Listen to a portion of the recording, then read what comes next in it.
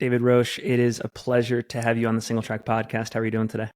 I'm doing so good. My favorite podcast. I am so pumped. Finn knows because I will text him hot takes as I listen, especially the long run archives episodes. So I'm so excited. Thanks for having me. Well, I have some apologies to publicly make later in the episode, but first, and this is kind of a random place to start, but I am a devoted listener to Swap, and earlier this summer, I think you said it in passing, but you talked at one point about almost throwing your hat in the ring for the head coaching position at the University of Colorado running program, a Yeah. legendary program. And I know there could be many motivations for that, but bottom line, I thought it was pretty cool. What would make that type of job so interesting to you, given that you have this awesome spot in the ultra community? Yeah, so we actually even wrote cover letters, and we're getting ready for a Megan and I application, and we ended up just not hitting send on the last second. And we had an entire vision for how the program would be run, how it would recruit, how it would use NIL, really researched it, talked to people, went deep with it. Yeah. And who knows, it might have been a long shot, but Megan and I are both the king and queen of long shots. And what was motivating it at the time was partially wanting almost, and this is neither here nor there, but having dealt with some things within Ultra Trail earlier in the year where Sure. we got a little bit just jaded by things temporarily, and that job happened to open up right at that time. When I was coaching at the Olympic trials and saw that there's this world outside of it where the social media stuff is different, everything's different, and it just felt better. And then with Megan, I think that everything, the context of it just sounded exciting to apply her female athlete expertise, and especially at a place like CU where the legacy isn't that productive for that. So it just felt like destiny, right? And then we didn't apply. But you would have been hypothetically co-head coaches. That the dream would be that like Megan leads the program, and then I kind of lead the like the distance program, and then so that would have been the dream. And yeah, I'm very happy we didn't. I think it's one of those dodged a bullet moments where what you think is the breakthrough opportunity of your life is actually a train coming at you at 100 miles an hour, which is what college coaching positions are. And it would have prevented any of the athletic stuff that's happened to me since. And, it would have also undercut the amazing coaching relationships we've developed that mean so much to us. I think it was almost more of an emotional cope for us that helped us process things and realize that actually we do want this life and that this life is so amazing. And, I think basically it gets back to the advice I always give on our podcast, which is quit your job. But the point of quitting your job does not mean like actually quitting. It means going through the mental exercise of what that might be. And for us, when we like even did a cover letter, I think both of us, right, actually, we love what we do. We love this community. We love trails and ultras too much to, change course. And again, this is super hypothetical. It's just kind of fun to think about. Would if that job had come to you, if it had kind of fallen in your lap, would it have required you to have like exited trail altogether? And it would have been like this like single lane type thing. Like, would you be making a pretty tough trade-off there? I think it would have been a pretty stark choice for our coaching style, because we're checking in with every athlete almost every day year round and like have these pretty deep relationships. Like it would, college coaching is such next level time demand, especially nowadays, with how the sports are changing at that college level and professionalizing.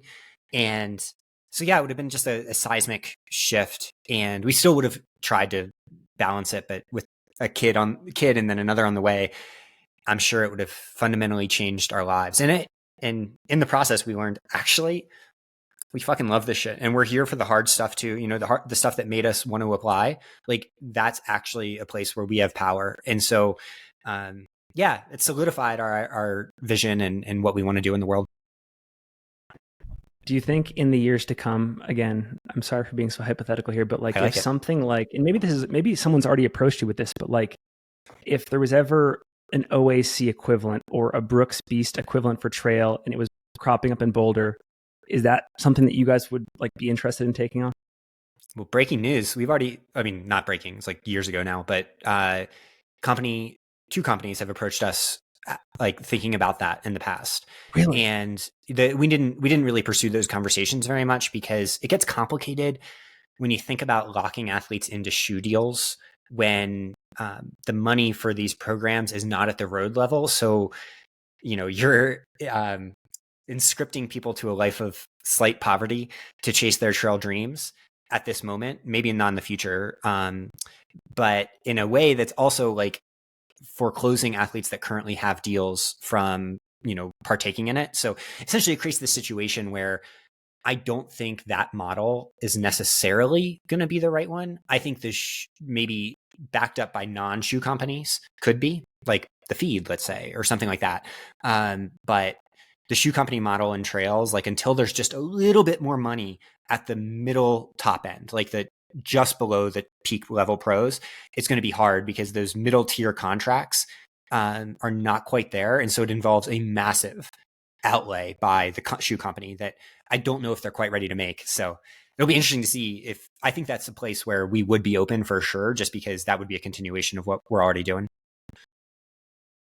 There's so much to talk about with what you're doing athletically right now. But yeah, I guess one more thing on the coaching front, like I think of how much your philosophy has influenced and led so many athletes in our sport to success. You've done it for a while now. I was just telling you offline, I was listening to that Science and Sport podcast, and you talked about how, you coached the winner of the 2017 Western States 100, and that kind of opened the floodgates for like a position in the sport. Now that you've been doing it for a while, like what's still interesting to you? Like when you think about like hard problems to solve for your athletes or where the frontiers are, like what makes the job interesting still?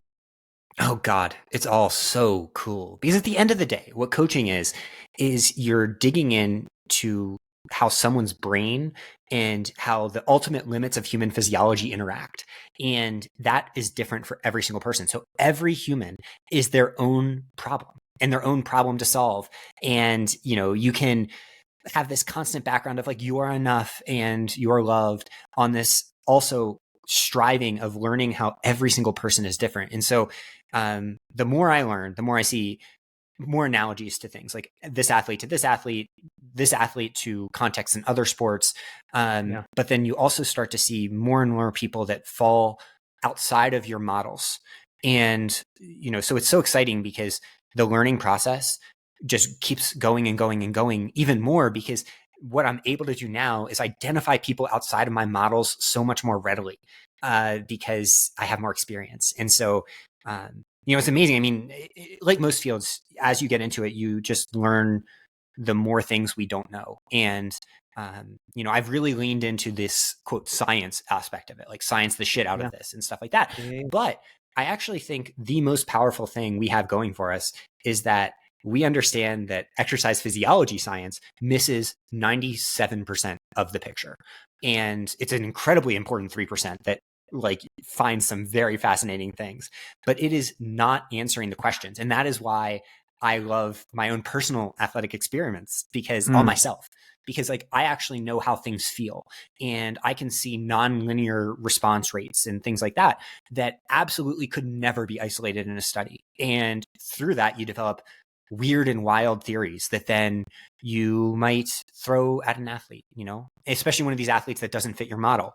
And if one of them works and one of them doesn't, you'll start to see that in the data. And then you start to develop the theory on top of it that you can't foresee. And so, I think what's really cool is hopefully we're helping drive forward, not just the theory, but then the science that the researchers end up validating later, because we now have a platform to spew all of our brain droppings out into the world. Is there, and again, if it can't be talked about, that's okay. But is there an example of an athlete that comes to mind that doesn't fit a model that you've had a really interesting time learning from and maybe readjusting things for? Yeah, I mean, gosh, I'm trying to think of the perfect example. I mean, Grayson Murphy is maybe the ultimate model. I mean, actually, all of these track athletes that are doing trails are breaking models that we're then having to accommodate for. So Grayson Murphy, Anna Gibson, Ali Ostrander, like all of them, they fit in my conceptual model, but no one's done what they've done before. And thus, I'm having to like hypothesize on the fly, work with these brilliant athletes and make sure they're on board with it, and then learn from them, like literally workout to workout. Like, what happened? What are these exact splits down to the half second? What does that mean for, not just what we did in the last week, but then the 6-week rolling averages and the last year even, and then adjusting as it goes. And so all of them are starting to go in different directions. Like totally, it's like butterfly effect. Who knows what the butterfly flapping its wings was exactly, but, and having great success in all of these different things. But it all just comes down to, being aggressively open-minded and like basically unsure if there is any exact quote system outside of very general principles that then you like pay attention. Like basically, I think the most important trait for a coach is not science, it's empathy. And, that probably applies in most fields. I think that are multidisciplinary, which is basically every field. I think Grayson's a great example. Anna Gibson, anybody that's like kind of shifting between different disciplines in our sport or even outside the sport. And it also reminds me, like, you think about like preconceived notions about what constitutes ultra running physiology and like how we're starting to poke holes in some of those preconceptions. What are some of the big ones for you? Like, I know you've talked about fueling a lot, but I feel like we're in this era where like a lot of things are being reconsidered, right? Yeah. I mean, I think that there was always this trend to say, oh, well, if the fastest runners come over to trails, they're going to succeed the most. And I think that that's actually looking at it the right question, but in the wrong direction. It's that the athletes that have the skills to succeed on trails, if they get as fast as they individually can, then they will optimize their ability and might be able to beat those incredibly fast athletes. But the key is that their actual raw running economy is developed to its individual maximum. Because if it's not, that is going to be the ceiling they hit. And, unless an athlete is an outlier in every aspect, every single time you hit a ceiling, you're going to be running up into someone that has optimized against their personal ceilings. And so I don't think you need to be, a 2:08 marathoner necessarily to be the best ever to do it at this sport, or even a 2:05 marathoner, or whatever you want to say. But I do think you need to be the fastest marathoner of your personal self within the context of these trail skill development contexts. So, and trail skill development encompasses everything from literally how you run trails to, most importantly, the fueling context and that sort of thing. So, I think the biggest frontier, people like focusing on the little things I talk about, like post-exercise ketones and bicarb and fueling and hydration and all that stuff. But at the end of the day, what it amounts to is like, you got to be fast and you got to be fast year round. And if you're not, the sport is going to pass you by real fast, no matter what your level is. Even for athletes chasing cutoffs, like you're going to find that the athletes you were running with that are now doing this other stuff are now finishing 4 hours ahead of the cutoff, and you're still where you were, or 30 minutes ahead. And like the breakthroughs all come from the top end. The bottom end just refines what you've already built. And again, I don't have this background. I'm just curious. Is there anybody are there people in the field that would challenge that importance of running economy and like working on like VVO2 and say that like the bottleneck for ultra success is something else? Oh, absolutely. And I think that I love that personally. And so I always want to say, when someone disagrees with me, I am obsessed, because like evolution in nature is a great analogy for this, that you have a bunch of different traits. There's competition among the traits. Some win out, some don't. And it's not as black and white, obviously, like some things just, coexist. And I think that that's where we're at in this world. And so, when it comes to running economy specifically, there's some like convoluted arguments against it.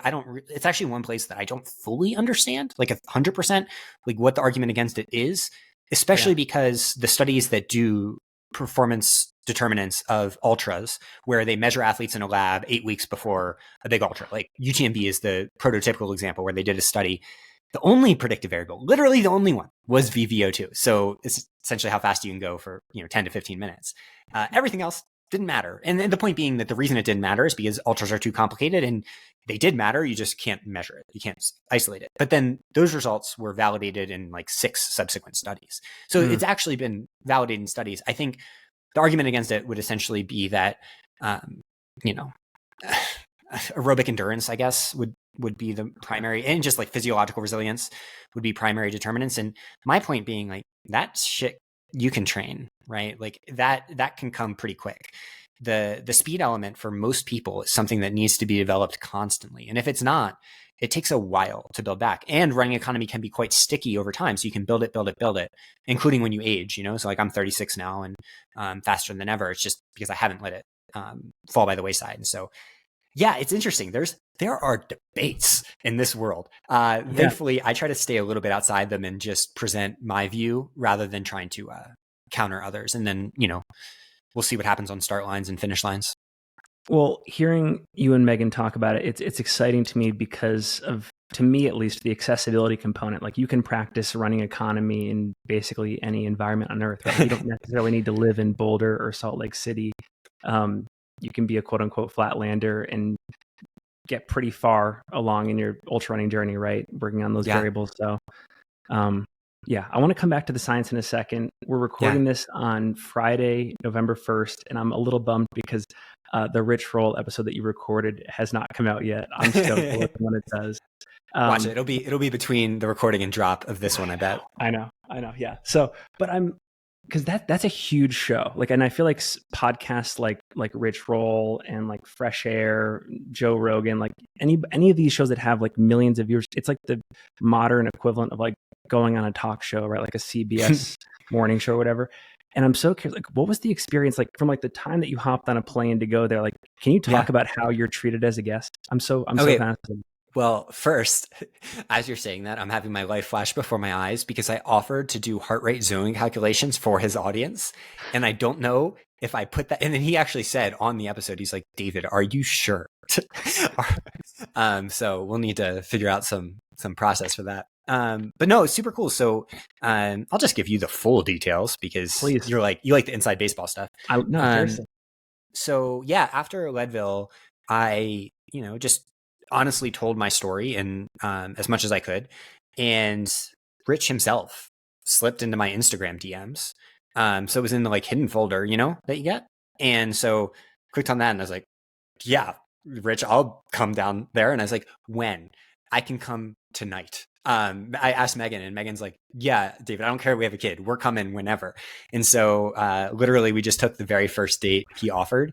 And so flew down to LA where he does his recordings, drove, got to hang out, got to do cool runs. And then, basically you go into his studio, which is a very beautiful studio. They're just starting to move studios and they have producers and, camera people.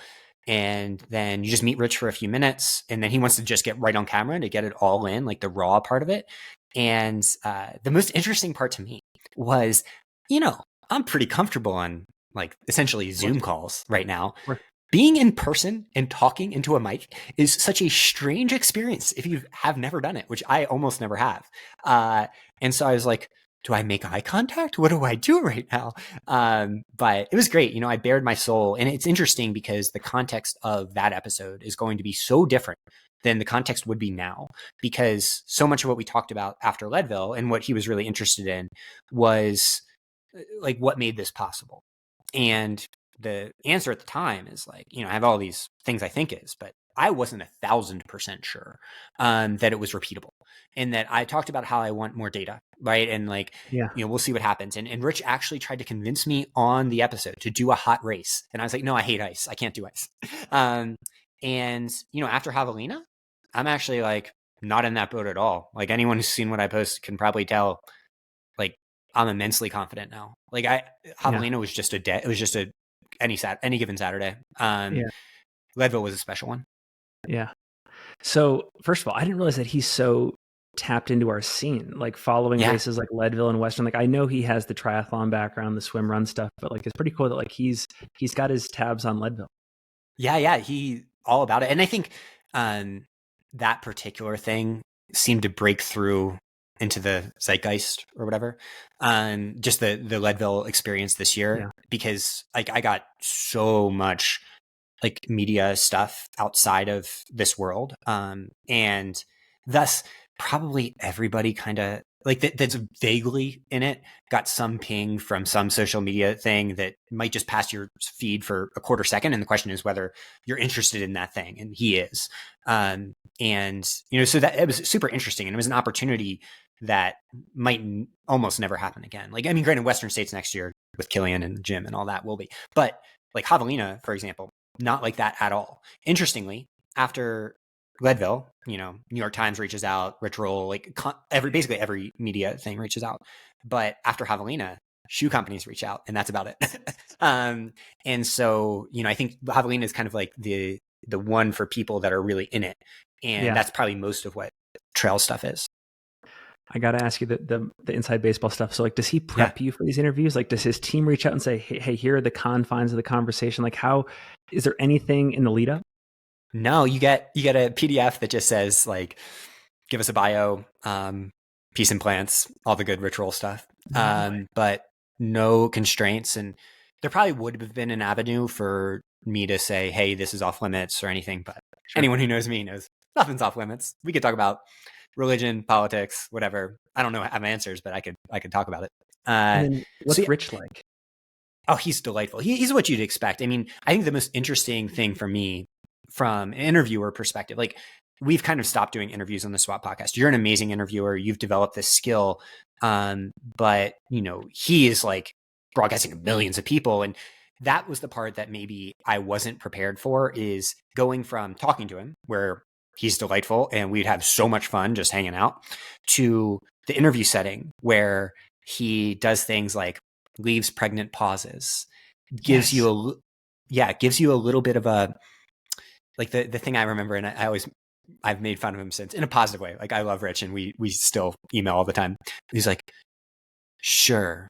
And when I hear that, what I hear is, you're dumb, you know nothing, spill all your secrets, which is not what he means. But the point being, that's his interview style, because he knows people will fill those empty spaces with elements of their soul that otherwise might kind of stay locked in, because it brings out vulnerability in people that aren't media trained. And so, it was interesting. The other interesting part of it is what he thought the interview was going to be was just like, and I've heard his athlete interviews where they're often like this. It's like 75 questions about different athletic intervention modalities, and he didn't know that that's not my style. It's like, we're going into left field. We're going out into the great beyond. It's like the Harry Carey SNL thing talking about the cosmos. So at the end of the episode, he's like, what's your favorite? Not what I was expecting. Yeah, exactly. So maybe that's why they're holding it for so long. They're just like, I do not know what to do with this. Let's drop it around the election. Oh my gosh. Yeah. Amazing. And then, it's funny. I'm just thinking about this now. I was on a road trip with my wife last summer, and she's way smarter than me. And we were binging Rich Roll. We probably listened to like 6 or 7 episodes. And in the background, her mind is always processing. And she's like, Finn, in that last episode, it went for 2.5 hours. And Rich maybe asked 2 questions. Like those pauses, like he'll just make a statement and he'll trust that his guest can fill in the blanks or go on a it's amazing. Like that trust that he has that the conversation is going to keep going is brilliant. Yeah. And that's not what he's like maybe he is to a certain extent, but when I was talking to him, that wasn't it. Right. Like he is someone you just want to hang out with and have fun with. And so he's clearly developed a skill that is unique, and it'll be fascinating, because it's like 8 weeks ago now, when it does come out, like I was just totally different person, and in a way that I think it will be a nice time capsule. Yeah. Well, I'm thinking about like how someone like you and Megan can be prepared for this response, or whether you should be. Like, you think about all the other pivotal moments in your career. Like I talked about, like the Western States win back in 2017 for your athlete. Coaching business goes off the charts. You just won Leadville, all these media opportunities, Javelina, the shoe deals. For something like the Rich Roll podcast going live, it's going to go out to millions of people. Is this something like socially, personally, economically, you feel like you need to be ready for? Like, we need to have this like course for people to sign up with, or like open up coaching spots. Like, how do you think about like the response that comes from the episode being published? No, our idea with all of this is to essentially just bang our own drumbeat in the background of what we do constantly, and don't change it ever. So yeah, that might mean that sometimes we do things like have a Patreon or start a podcast or whatever. But outside of that, like, people are either about our music or they're not. And one thing we learned is some people are not, and that's okay. Like, no pressure. And what Rich Roll will do is just, give more people a chance to learn that it's for them or it's not. And Leadville was maybe is wild because, the podcast analytics numbers, like, we doubled overnight and it stayed amazing there, and it's just weird because, like, I assume everybody in Trails knows generally about the podcast. So it must be outside of the normal vicinity of people that are discovering these podcasts, and so many messages being like, oh, I didn't know you guys existed. And maybe that's the coolest part, is just you're seen by more people in the world, not in like a, like listening to the podcast way, but like seen, like some percentage of people, maybe it's like 5% of people are like, whoa, this whole time I've had my people doing a podcast talking about running and dicks, and now I get to hang with them.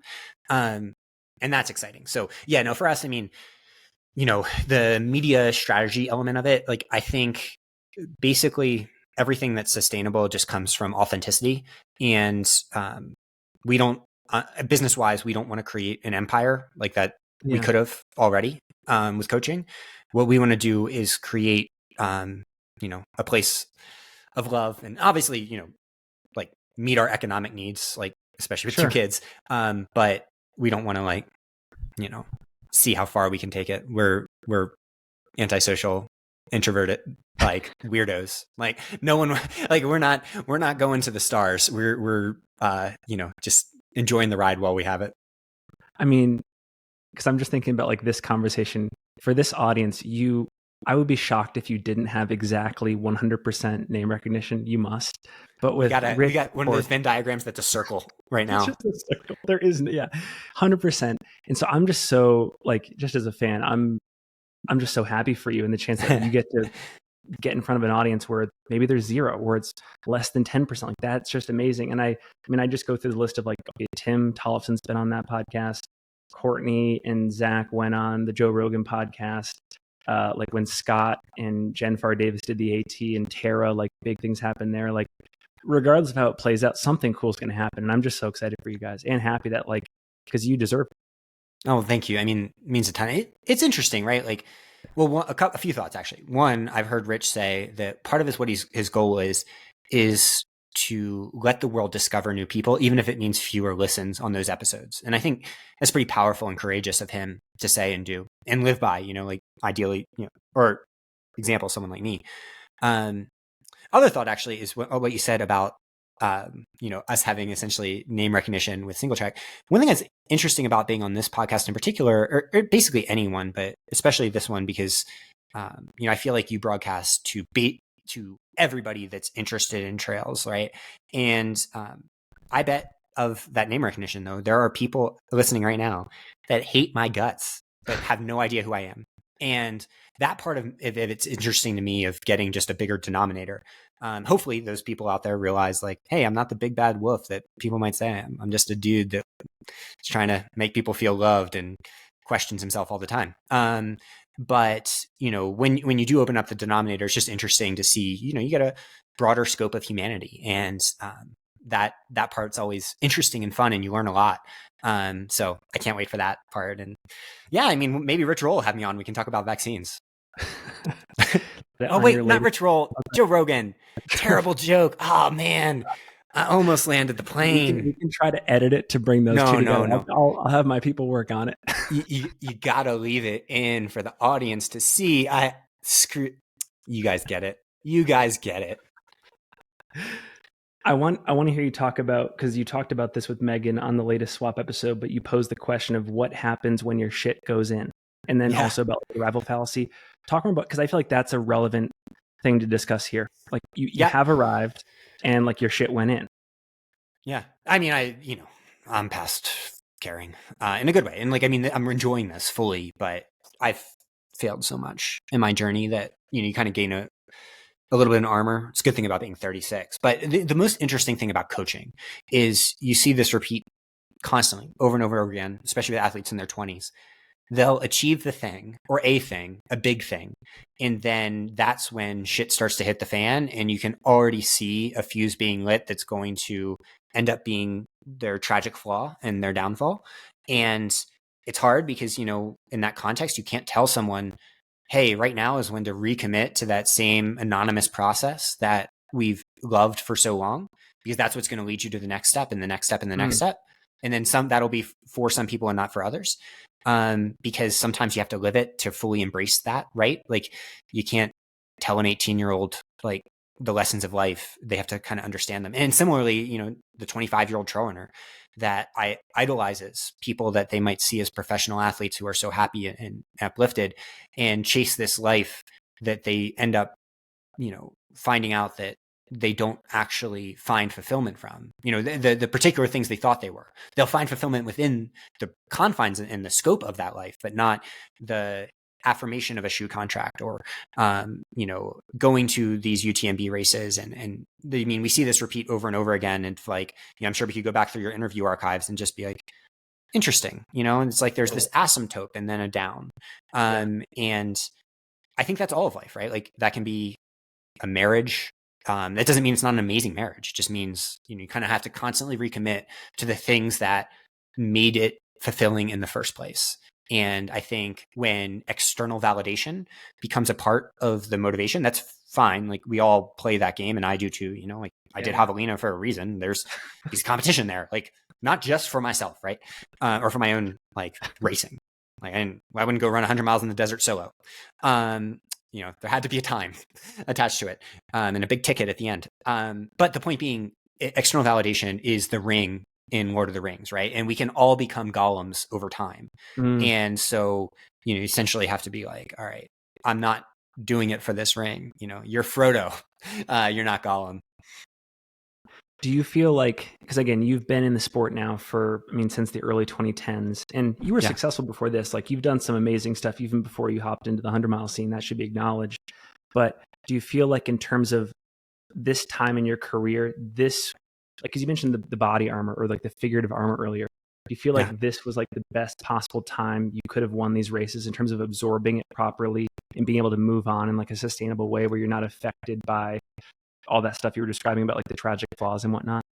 Yeah, it was meant to be, Finn. No, the reason I say that is just like, I think when we look back and think about, the decision trees we followed, like all the different turns and stuff our life took, I wouldn't want to change anything solely because all of those things made me into who I am. And so even the really shitty things, it's like, that has to be a part of the process. And I never want to think about that because then you just go down regrets path. And so I encourage athletes to do this too. It's like, you can feel your feelings, but when the inherent in the you are enough and you are loved framework is saying like, it's okay.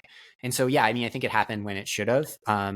But I think a lot of that ended up just being like raw physical development and change, right? Like I wouldn't have been physically ready for this 3 years ago, even though, anyone who's followed my Strava knows I've been able to drop very impressive files for quite a long time. And Dropping files. And like, I might never have been Ultra Runner of the Year, but boy, I was probably Strava Runner of the Year like a few years in a row. Practice player over here. So I think like, essentially for me, I was facing also just a physiological development process that was going to take the amount of time it took. I don't think it could have happened sooner because I'm a faster twitch athlete that used to do sprinting events. One thing I'm learning is perhaps I don't have as high of a VO2 as I don't gaslight myself into thinking I do. And you combine those two elements and it just would have been not ready for this type of thing until it happened. And also I had to, do a few ultras to learn and figure them out. We got to ultimately talk about Javelina, and I owe you a big apology. Leadville was not a fluke. It was a prelude. And by the way, it's one of the many times I was wrong, but I do want to say I was not doubting your talent. It was more so the odds of anyone, even at your world-class level, of being able to pull off 2 A-level performances in a 2-month span. And maybe that's something we can discuss. Like in this process, I'm so curious to get a sense of like what you've learned about how much a body can handle in that time frame, and like these short builds, these short recoveries, because I think it's instructive to other people that listen. Yeah, well, the listeners need to know our relationship, which is I get back to my phone in drug testing. So like I'm sitting in drug testing with my dad, and I'm like, I got a text I need to make. And it was to Brett Hornig and Finn Mellinson saying the Michael Jordan gif. And I took that personally, as they joked about on the podcast. And that was the very first thing I did when I got on my phone. I did that before I uploaded the Strava file. That's how much I cared. No. I mean, I love it. Like, I think, well, one, I agree with you. Like, in most contexts, like if I didn't have my feeling for my body and numbers, like I totally would have been on board with the picks you made in fantasy. Your terrible, terrible fantasy team. Really bad fantasy team. The worst fantasy team. Election theme, only election digression there. Everyone's talking about it. Yeah, everyone's talking about it. And yeah, so like for me, basically, I think, and this is something we developed in coaching. So I'm lucky in the sense that for what I'm doing, I'm just cribbing what we've learned over time, right? Like, and it's fun because I get to feel it then. And there's a difference between hearing about it and coaching and feeling it, because then you're able to then develop the theory even more because you understand in a visceral sense what these sensations are, like what the chemicals correspond to emotionally, mentally, and just in a broader sense, nervous system wise. And so our theory has always been ultras do not make you slow. What makes you slow is not training your speed and recovering, focusing too much on rebuilding, like waiting for your body after ultras, and not enough on regaining speed as quickly as you can. And if you do that, an ultra can actually be a super compensation aerobic stimulus that you come back from stronger than you ever were before. Wow. And basically all we have to think about is the physiology. I'm out there at Leadville for 15 hours and at Javelina for 12 and a half. Like those endurance stimuli, like there's only so much breakdown that can happen in your body. It's a lot, but you're clearing it relatively quickly in the broader scheme of things. Meanwhile, you look back at training and you look at those training files for those events, and it's like those huge weeks that look so sexy and make it seem like this athlete is so ready. They are the things that are actually breaking them down in a chronic sense. That race is just an acute stress. The body's made to heal from acute stresses. Our human bodies evolved over, hundreds of thousands of years because that acute stress is the ultimate survivability test. The chronic stresses that athletes do have no analogy in nature, in evolution. And so once you start introducing chronic stresses, when you start to have endocrine disruption, nervous system disruption that lasts much longer. And so the races, yes, they have some nonlinear recovery patterns, but the biggest problem, I think, is just that athletes don't get fast, quick, and then they just kind of sit down in their bodies, and their bodies like essentially hibernate. But yeah, so I was able to apply that. I don't overtrain. Like, a lot of people made a lot of thought about that after Leadville, saying like, well, how does he do this with his training? And the point being like, I do it because I do this training, because I don't hit that start line fatigued at all. And, I've built up to that over time. But I think that the problem with the really big training that is sometimes rewarded in ultras is not that it won't lead to great results, because it will. And it's not really that. It's just that when you start to think about what happens over 5, 6, 7, 8 years, or even shorter, if you're not super gifted adaptation wise, is how much does that become a long stress tail where it's impossible to do the training you need to do and even live the life you want to do. And so, yeah, that's why, maybe swap is known as lower mileage, but it's not, because if you include the races in there, like then you add in this humongous stimulus. Like one Leadville is worth a big freaking training block. And so you add it in, it's like, well, these athletes are doing the races that are humongous training too, but you need them to conceive of the races as training and fold them back into training. So I am already, granted, we usually give athletes more rest, but my Javelina recovery has been without a hitch. Like I already did 41 minutes at the bike, 41 minutes on the bike today at 300 watts. Like, like I'm already back, not training, but like getting my nervous system going again. I wouldn't do that running, but I'm ready for it now. So for someone in the media like myself, who is nowhere close to as educated as you on the physiology of all this, where would you draw, like if I'm observing someone's schedule over the course of like 2024, for example, where would you draw the line at, like, even if they're doing the right things in between races, like this constitutes too much of a risk, or it's like overreaching from a race standpoint? I mean, I think like the races itself, month or 2 months for hundreds, I think is okay. Like the race schedules, the race density doesn't scare me that much in athletes, even professional athletes. It's just when you combine it with, well, what is their eating context mainly? Like how are they eating? Are they eating enough always? Are they fueling their training and racing especially?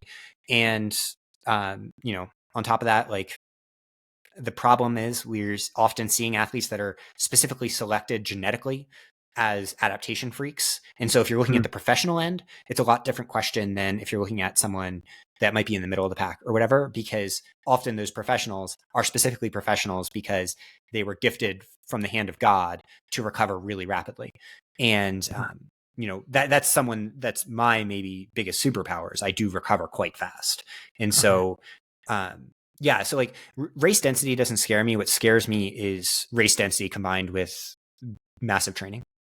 Okay. Because yeah, I mean, and again, maybe this is not a fair comparison, and if it isn't, correct me. But like, you look at like the marathon scene, and it seems, just from what I can observe, that like these elites have like 2 in them each year. Like maybe they'll do a spring one, maybe a fall one. But in the ultra scene, like, people like you could get away with maybe 3 or 4 100K 100-mile efforts a year if it's spaced out correctly. That's what explains that discrepancy?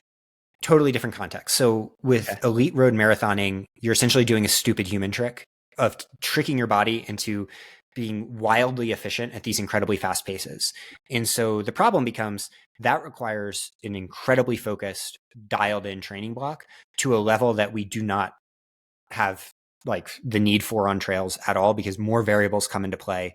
Like, I mean, if you see a video of me at Javelina, I'm stopping for a minute and a half to get iced. Like it's just a different context, right? So like we're not talking about the same margins. But as a result, the race itself, while it's a fine training stimulus for marathon too, it's not good enough. It's not fast enough. It's not efficient enough and economical enough to have those athletes ready to go again, unless someone like Sarah Hall is just kind of cranking out a lot of good, but maybe she could run faster marathons. Whereas in ultras, the stimulus itself is the race. Like the race itself is the only thing where we can stimulate that like major nervous system, fatigue resistance, durability framework that you can't. I mean, nowadays no one runs 42-mile long runs, really. I mean, it's rare. And so the race is great training, and you don't need to be that dialed. Like the week of Javelina, I knew I was ready, and I knew, like, no offense to your fantasy team, I knew I was going to win on Tuesday of race week, when I just went out and did a Z2 run, and the paces were in the, it was 5:51 on a hilly route here in Boulder. And I'm like, well, basically my 100-mile pace now would be, if we're on a track at sea level, low mid 5s, not that I'd be able to sustain it, but physiologically, if my muscles could sustain the impact of it, then my aerobic system should be good to go. But the difference is, if the equivalent session for a marathoner, let's say, would be their velocity at threshold. And if we were talking about velocity at threshold for me, and we're talking, let's just use the example of 5:51. If I was going into a marathon and that was like 5:49, I'm so much more ready than if it was 5:53. So it's just such a wild mind fuck at those events. And it's fun because I get to coach athletes that are, international level in track and roads. And it's just a different ball game, not because the sport is less competitive even. It's just a different ball game because there are so many more variables in ultras that the little itty bitty things at the margins end up playing less of a role. This is so interesting. And again, this probably speaks more to my ignorance about the scene, but I had always been under the impression that, like, if possible, in the lead up to a race like a Leadville or a Javelina, you want that like 12 to 16 week build. And then after that, maybe you want this like long drawn out off season where you're working on like fundamental skills again. Maybe you're getting off your legs and you're more on the bike, or you're doing skimo. And so it's kind of awesome that like you're speaking to this open door of like, race density is fine. Just like do proper things in between. I think that's just really take cool. your rest days, keep resting, listen to your body. And most of all, like keep doing things like strides, like the simple shit that builds the speed we talk about. Because, I think essentially what we're talking about here is that the nervous system is a black box of physiology. You can't measure it, don't really measure it, don't understand it, not measured in studies. It's what drives endurance performance. It's what drives fatigue, overtraining, or what is framed as overtraining, but is not overtraining syndrome. Don't want to get any physiologists listening mad at me. And for the nervous system, like it actually responds to activation. That doesn't mean lots. Like you don't want to get back to crazy training or anything like that, but you want to get moving, right? And so I think a lot of the magic of how we think about things is we try to use a nervous system / stress framework. That's like kind of how we have always framed it. And you do that, it's like, you need to do what you need to do for a mental reset. Like I don't want athletes to take my lesson and be like, I want to do this right away because David did, but I'm not motivated yet. And the thing is like, I'm excited. And for me personally, and for the athletes we coach, it's led to tons of success because the ultras help them get faster, not because the ultras, are like an end goal. Like the ultras have to be in this broader framework, because otherwise you end up just seeing the freaks be successful. Yeah. And what I want to see is the athlete who starts at the bottom and now they're here. That's what I want to see. And I think that that's the coolest thing about coaching, is not the freaks, right? Like we are fortunate now. We coach some people that are just gifted like that, right? Like I cannot take credit for Grayson Murphy. Grayson Murphy and God take credit for Grayson Murphy. But some of the people that maybe have progressed from lower levels up to the top, like those races constantly need to be within some broader growth framework. But do you feel like you've gotten enough feedback now to acknowledge that you're special, like you are in the class of like the Matt Carpenters and the Walmsleys? So internally, so after Leadville, so much of me was like, maybe this was a fluke. Maybe this was like a 1% day that just hit right. And I know that course. I know where my skills are, and I was like, it's just hard to accept, right? That's just not my personality. And that's one reason I wanted more data. It's one of the first things I said. I want more data. I don't know when I'm going to get more data. We're about to have a second kid. And the second kid was like, well, maybe think about Javelina, right? And then go to Javelina, and with no build, basically just a few weeks, and a lot of that focused on little things like heat training and stuff. And essentially like just have a normal day, nothing, and just pulling out enough to win. Like my only goal was to win, and having that day is like, actually, yeah, no, I mean, I accept it now, because to not accept it would almost be to be like self-absorbed, to be like, oh, my imposter syndrome is worth more than my objective data as a coach and what I'm being told, right? Like, I think the big thing I learned at Javelina is that Leadville performance was fucking insane. And, like Javelina was a 95 out of 100 day, I think. Yeah. I don't know what Leadville was, but it was just a different ballpark entirely. Like, and yeah, so I now accept it. Because I see you as a very special athlete that also marries the hard work and like the insight and the science piece to it. But I do appreciate your overall message, which is like, let's push the sport. Let's show that like, if you trust the data, you follow the science, like you don't have to be this genetic freak to get a lot more out of yourself than you probably thought possible, I love that message. Yeah. And maybe we're all genetic freaks in ways that we're just not sure of, and can be rewarded in nonlinear fashions. It gets back to the athlete framework of like, who doesn't fit the model. And I think if we could conceptualize talent, you would essentially get a flowchart of 10,000 variables that physiological variables we could throw at it, and psychological ones. And within those 10,000, everyone listening is talented in some 1, 2, 10, 100,000. And the ones that are talented for VO2 max, we say, that's a freak. That's a talented person. And then everyone else, we say, no. It's like, you're a hard worker.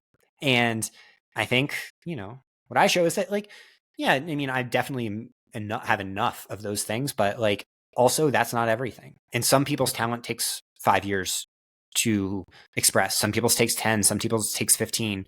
But the only way you're going to find out is by like grinding and showing up, including when you don't like it. And, you know, even though I am consistent for a long time, like I'm the type of runner that I have 2 runs every single week that were harder than anything in Javelina. Just to get out the door and to enjoy it. Like it's just tough. So I'm just thinking about like the end result of Javelina, and obviously you won and you were there to win. There were some pretty big physiological barriers. I mean, there was some extreme heat that was making something like a Leadville performance probably hard to achieve. But actually, we can talk about this in a second. But do you feel like you ran 15:26 at Leadville? What is an equivalent time on the Javelina course adjusted for like somewhat optimal conditions? Okay, so answering this, I want to answer every question, but in answering this, I want to make it clear that John Ray is the guy that could run whatever time I'm going to say, right? Like he could win Western States. Like I don't want to be disrespectful to history. The thing is, we're all riding the same performance waves, and just like the previous generation, like all of those guys could have gone way faster. It's not to say this generation's better.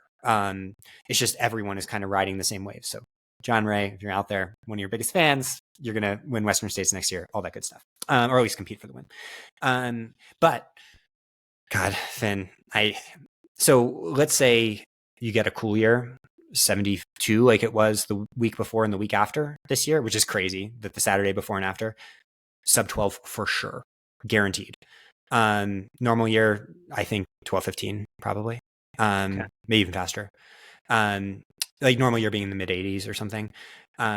Solely because like the heat ends up requiring so much logistical time, partially, but then also it's just the number one physiological barrier. Like my fingers were tingling for 62 miles of the race. And I don't know exactly what that was. It wasn't good. And I cramped, which I didn't even have a hint of at Leadville. Many times I was cramping and had to stop, even on flats. And you know, that heat barrier, it's a really interesting problem, but made it so that like, I actually did not think we were going to go as fast as we did. This was not Leadville where I predicted the time. I thought my spreadsheet said 12:58. I thought that would win. So also points out that sport's progressing faster than I can even account for. Yeah. Because I watched like 12, 13 hours of the live stream last Saturday. My God. And it was amazing. I'm a nerd, but like, I love it. I was thinking about one of the comments that you and Megan made in an episode leading in, and you were talking about like in certain conditions, especially on an extremely hot day, like it was for you, genetic determinants like a low sweat rate might take over, and the top 10 might just be comprised of everybody with that specialty. Do you feel like if we had done a test on those two top 10s, that would have been proven out? I think I was wrong. Really? You know, yeah, I think a lot of, so it's interesting. I thought my race strategy, like how it would unfold in a like dynamics, personalities way was right. And actually I want to correct one thing. I think that 12:15 for 85 is too ambitious. I would say maybe 12:20, 12:25. I just want to be clear. Another place I'm wrong. That's the theme of this answer. But no, the main way I was wrong before the race is, all right, so let's take a step back. I've always suffered heat. I'm not a heat person. My parents were telling me stories on the Friday before the race because they were down there crewing me that, oh yeah, when you were a baby, when we would drive, we would just need to have an ice bucket. And then we would just dump the ice bucket on you because otherwise you would freak out. And I'm like, oh, thanks for telling me this, guys. I didn't need to know that. So it's not like I'm a freak naturally at that. And I have an astronomical sweat rate. I think I was unsure essentially just how much cooling modalities can make a difference. If your running economy is good enough that you can still run fast and not exceed aerobic threshold. And so, you know, at Leadville, I didn't cool at all other than just water on me. And I think that was good, right? I could not have used it. I did not have a second to waste, even though it was a hotter year. It just wasn't, it was like 78 or something, nothing like this. Yeah. For Javelina, you know, taking that time, it's like, yeah, that was good. But then also I just trained my gut so much that I was actually able to take in the fluid that I didn't think I wasn't sure was physiologically possible. So another place I'm learning through myself is like, some hours I was in 56 ounces per hour of fluid, all sports drink. And that's a lot of fluid. And I've trained it, but at the same time, I didn't know if physiologically it was possible at mile 70 to do that. And so what was cool about Javelina is that it was a good science experiment overall for the entire sport and learning. And we got to coach 1 through 5 on the women's side, which was really helpful because you're also learning from what they did and how they approached it. And Riley and I was amazing, by the way. Amazing. 1 through 5. Yeah. Well, I mean, just the incredible athletes that all happen to do it. It's not, I don't know if it's just statistically significant. It just happens to be a selection bias. I'll celebrate for you. That was amazing. Thank you. We send Riley to a race. It's like, they're going to crush it no matter what. So I don't do anything there, but yeah. So like, basically I think a lot of my assumptions about the physiology were wrong because we haven't tested it yet, because there might've been the hottest exposed ultra like that. Like Western States gets hot, but it has shade. And, so we don't know. And I think at Leadville, I taught people that, hey, you can consume maybe 150 grams an hour of carbs. And at Javelina, I'm eventually going to tell the world about this. It's like, you can consume more fluid than you think too. Yeah. Another thing, just observing the live stream, I was almost going to say disappointed, but that's not the right word. Yeah. I was shocked that there were more people that either didn't stick with you and or go out ahead of you early on that first lap beyond JP Giblin. And I'm curious if that surprised you as well, and what you might attribute that to. Because again, we're in this era where everyone's pushing the bounds, and yet it seemed like in this race, something was a little off. I was shocked. Yeah, absolutely shocked from a competitive perspective. So on the way to the race at 3:30 a.m., we had the best crew. So it was Megan, best coach, best superstar, key to everything.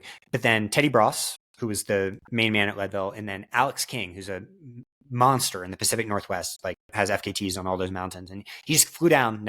We had never like personally met, though I coach him. And so we're talking, and we're just trying to game theory the race a little bit, just so, get into it, because you kind of need to be ready to make decisions early. Even though I'm running on heart rate, it's like, there's a large leeway of what that means in terms of whether I'm pushing at 155 heart rate or just 145. Yeah. I mean, it's huge. And I was like, well, my general thinking is like, I'll get into the top few and just sit there for a bit and then see how it goes. Assuming that we would finish the first loop with 12 guys, and then it would be attrition from there. And that essentially I would have to be ready for a fight there. And then when I came through the first aid station, Megan was very specific about giving me splits throughout the day, which was great because I constantly knew where people are. And that's what I want. Like, I love that. I'm a huge fan of the sport too. I would be watching the live stream. So yeah, I get to live the live stream. And she's like, oh, this group of these athletes is 7 minutes back or whatever, or 6 minutes back. And I was like, I do not understand that. Like that, their races are done. I was not thinking about any athlete in that group, even when a couple of them made power moves later to move up like a little bit on subsequent loops, because it was like, it was cool. That was the time you could have been running like that because they're very good athletes. And I feel like they were racing a previous generation of ultras where you can afford to lose 6 minutes early on, because like you're betting on me not racing smart, but like I'm running by heart rate. So like, and Jeff was too. Jeff Mogavero. We got to talk just for a second on the first loop. Amazing guy. Like it was really invigorating. But I noticed him glancing at his heart rate, and I noticed him having gels at the same ratio I was, like every 20 minutes, pounding a gel. And I'm like, this is pretty cool, right? So he was like, clearly, the whole race, I was just like, all right, that's the guy that is the, the X factor for me. And so essentially, like, I think, the Rod Farvard quote of every race starts at mile 0 is true. But I think the way that works physiologically is like, if you are not pushing into that like top end of what you can do in Z2 early on in ultras, like you're going to be hemorrhaging time in a way that the only way you're betting on other people having bad days, twisting their ankle, pooping, whatever. And you can't do that because the race is too deep, right? Because if it wasn't me, it would have been others. Because like it all came from, the podium all came from the like 4 people that went out a little bit faster. And so, yeah, I think that's a way that the sport's changing for sure. And I'm excited to see where it goes from here, because Leadville was the same thing for me. Like, I was just like, where's everybody? I'm running by heart rate. So Like, where is it? And that's why running economy matters too. It's like the reason I can run by heart rate and maybe other athletes, not everyone else can, is because like I've developed speed so much that I have a little bit more ability to go out faster. It's crazy to think, and again, maybe you're one of the first to popularize this, but like when you think about making moves in a race, a lot of it is based on emotion or responding to someone else. And there you are in the race, probably just looking at your arm strap and being like, okay, it's time to go. My watch has told me it's time to go. To a certain extent, it's just not, essentially the watch is on one end, especially to Javelina, a not being dumb like situation and not selling yourself short. So like at Leadville, it was actually a not selling yourself short thing, whereas like watch is telling me to push a little more, I should push. But at Javelina, what it was is like, there's so much excitement that I just didn't want to get caught up in it. But if you go back and look at the live stream replay, I'm sure they had this on video. I'm not sure. Like, I mean, I'm almost positive they did, is when I made the pass of JP, like it's a move, it's like a cycling attack, but it's a cycling attack within these boundaries, right? Like I did shoot up a little bit there, but it was a power move where I'm like, all right, this is the winning move already at mile 25. Like I have to think of this, like I'm trying to get away and I'm trying to break spirits because, when you think of the game theory that we had talked about, it's like, if I get ahead and if I can extend a lead when other people are pushing, that's when you start to have emotional breaks. And ultras, as much as I love to be science and physiology, they end up just coming down to who is able to be present enough with the day to accept what it is for what it is and left foot, right foot through that thing. And I think, especially in the professionalization of the sport, the incentive structures for results, lost a word there. It's easy to hear these splits at these races and be like, oh, man, I'm just not in it. Right. And, that was my game theory, is like, the elastic will snap, because of people getting splits all the time.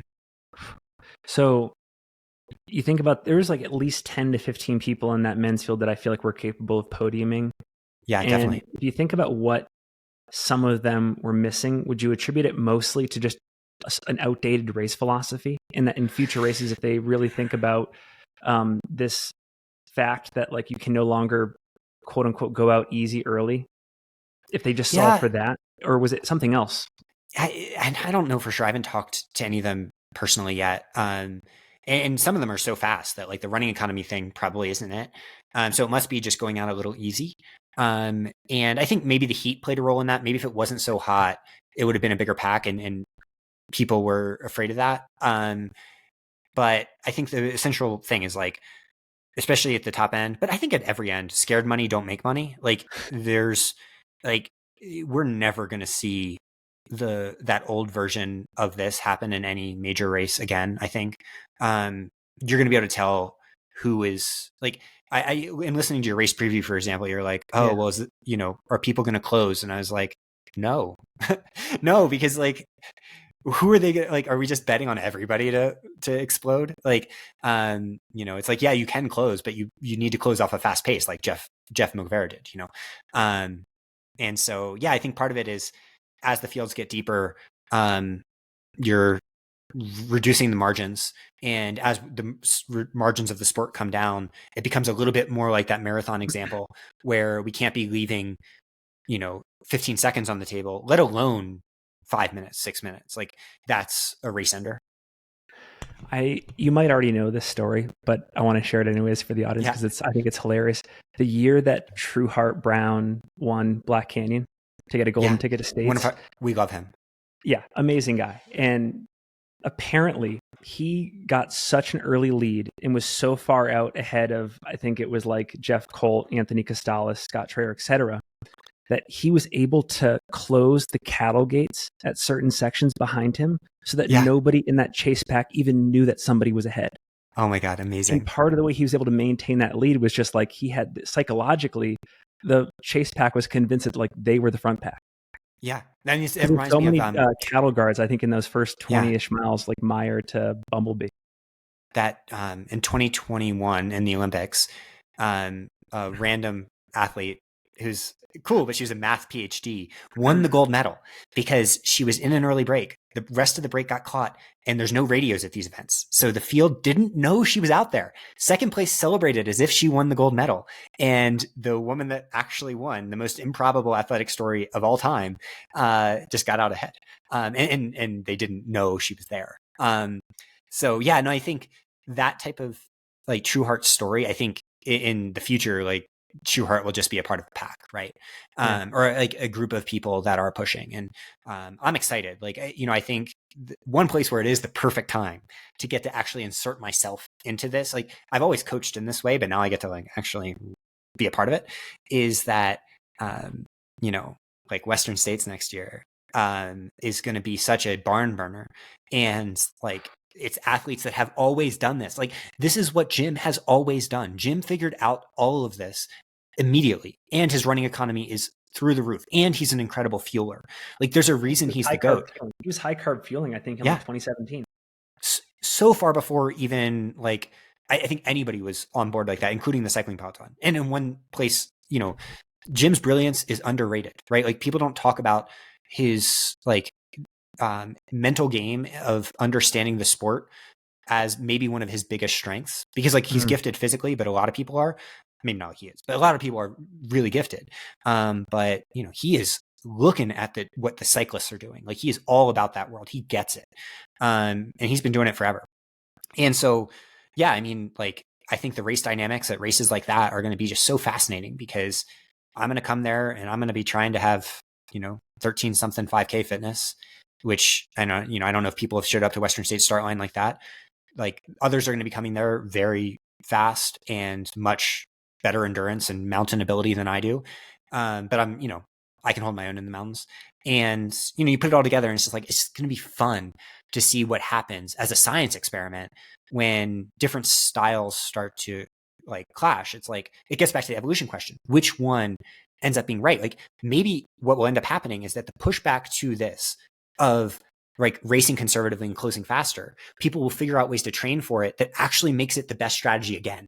And so that's why I love it. Like, it's just kind of exciting from a fan of the sport and fan of sports generally, to think about. I think ultras are going to become maybe one of the more compelling psychological race strategy like events across every single sport.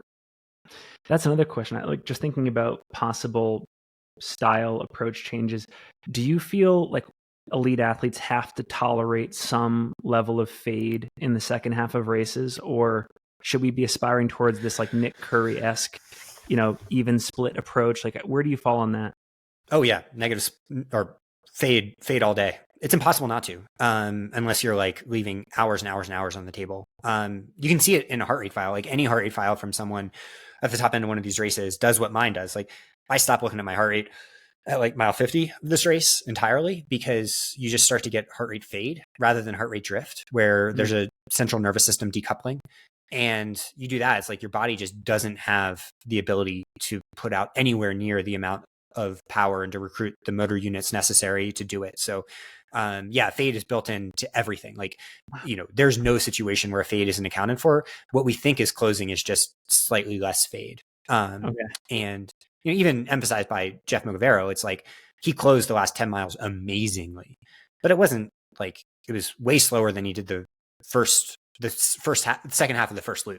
But it probably felt way faster to him, and it was incredibly impressive, and points out that he is a guy to watch and, absolute monster. But I think that's one place where I'm confident that we are never going to see an exception to that rule at this end of the sport. So and it wouldn't apply to anyone, like even back of the pack, like you're leaving time on the table in that situation. Okay, that I learned something new again. Like, so if you are aiming for an even or a negative split in an ultra context, you're like ballpark, you're just leaving a ton of time on the table. I think so. I mean, I think that unless you have a very strange heart and nervous system that I've never seen before, like you can look at any file like this. Like, if you look at Vincent Bouillard's UTMB file, same decoupling I had, where, I'm 125 heart rate at the end of this race. And it feels exactly like, 145, 150 would have felt earlier in the event. that's just kind of an inevitable part of human physiology that points out why ultras are so interesting and why 100s in particular are so interesting is because when I talk about race strategy, it's all a choice at hundreds. It's not a choice in Golden Trail. Like you're just kind of going hard and seeing what you got. It feels like a choice, but it's not. And in shorter distance trail, like, yeah, there's some of that, but you're mainly just getting a fitness competition. In ultras, like race strategy matters. And how you can play out 15 different ways to approach these. And there's not one right way, but I think the biggest thing you have to do is like, you cover the early miles that you can cover as quickly as you can while being within the bounds of your physiology. Okay. All right. Thinking about Western States some more. And I'm trying to compare it to Javelina and Leadville. Can you also, I should say, you've turned over like every single stone about this race because you've coached so many athletes. But when you think about the demands of Western, do you feel like Western has more like, I don't know if the term is like breakdown, like stress components than Leadville or Javelina? Are there more variables to consider there for your performance than there were at Leadville or Javelina? No, it's very Leadville-esque. I mean, people underestimate Leadville. They're like, oh, it's super runnable. I mean, have you ever done Hope Pass? It's like true mountain running. There's nothing like that on the Western States course. Like the canyons are just California carpet up and down. Like, that's no oxygen cost. Hope Pass is like up to 12.5, technical as shit, steep as shit.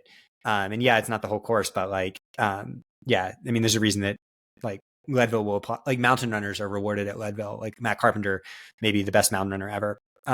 No, but I think the difference with Western States is just this accumulation of eccentric stress in the first 60 miles, but especially in the canyon section, that does like, there's a lot of similarities to Leadville in that canyon section comes in kind of the crux middle of the race where it's very similar to where Hope Pass comes in Leadville. I think the difference with this is that the first 30 miles are, up the escarpment, which one is a complication of what I've talked about in my race strategy. It's like, if I'm being honest, like in my physiological bounds, I can't run up the escarpment like I would want to.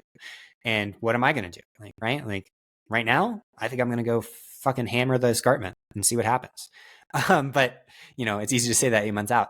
I think the hardest part about Western States is just the competition level, that you're constantly in the thick of it. And, you make that happen and it's just like, it's an emotional drain on people too. And so that's a place where the coaching, I think, will really be a benefit in the sense that, been at this race forever, a part of the best days and tough days. And you combine all that and it's just like new problem to solve. When you say you're in the thick of it, do you mean like there's like a pack around you from start to finish versus Javelina and Leadville where you're like soloing parts of the course for long stretches? So I think Javelina is actually a really good analogy for this in the sense of if ultras have a massive mental component that we're not accounting for always in our models, Western States, like there's tons of nerves, there's tons of excitement. Every aid station is wild.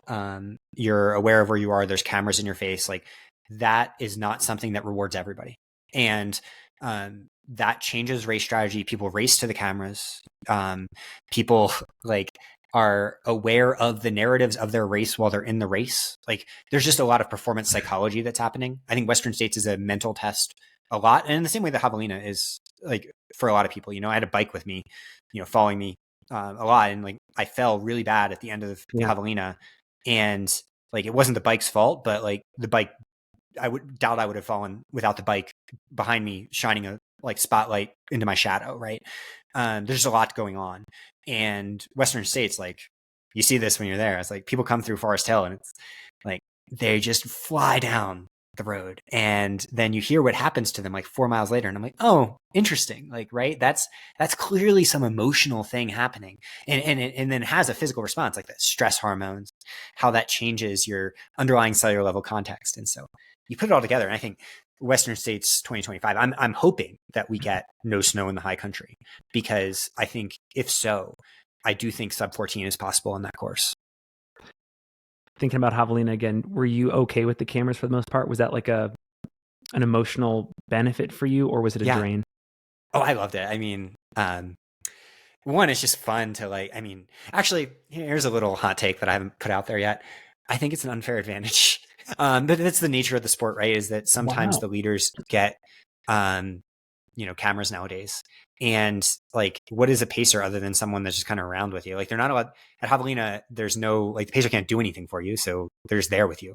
And yes, the camera's always behind you, but just kind of being aware that someone's with you, at least for me, like, it was fun, I'm like, showing off for my bike friend, not for the camera, not for the people watching, not for Finn at home staring at my ass for 13 hours. Right.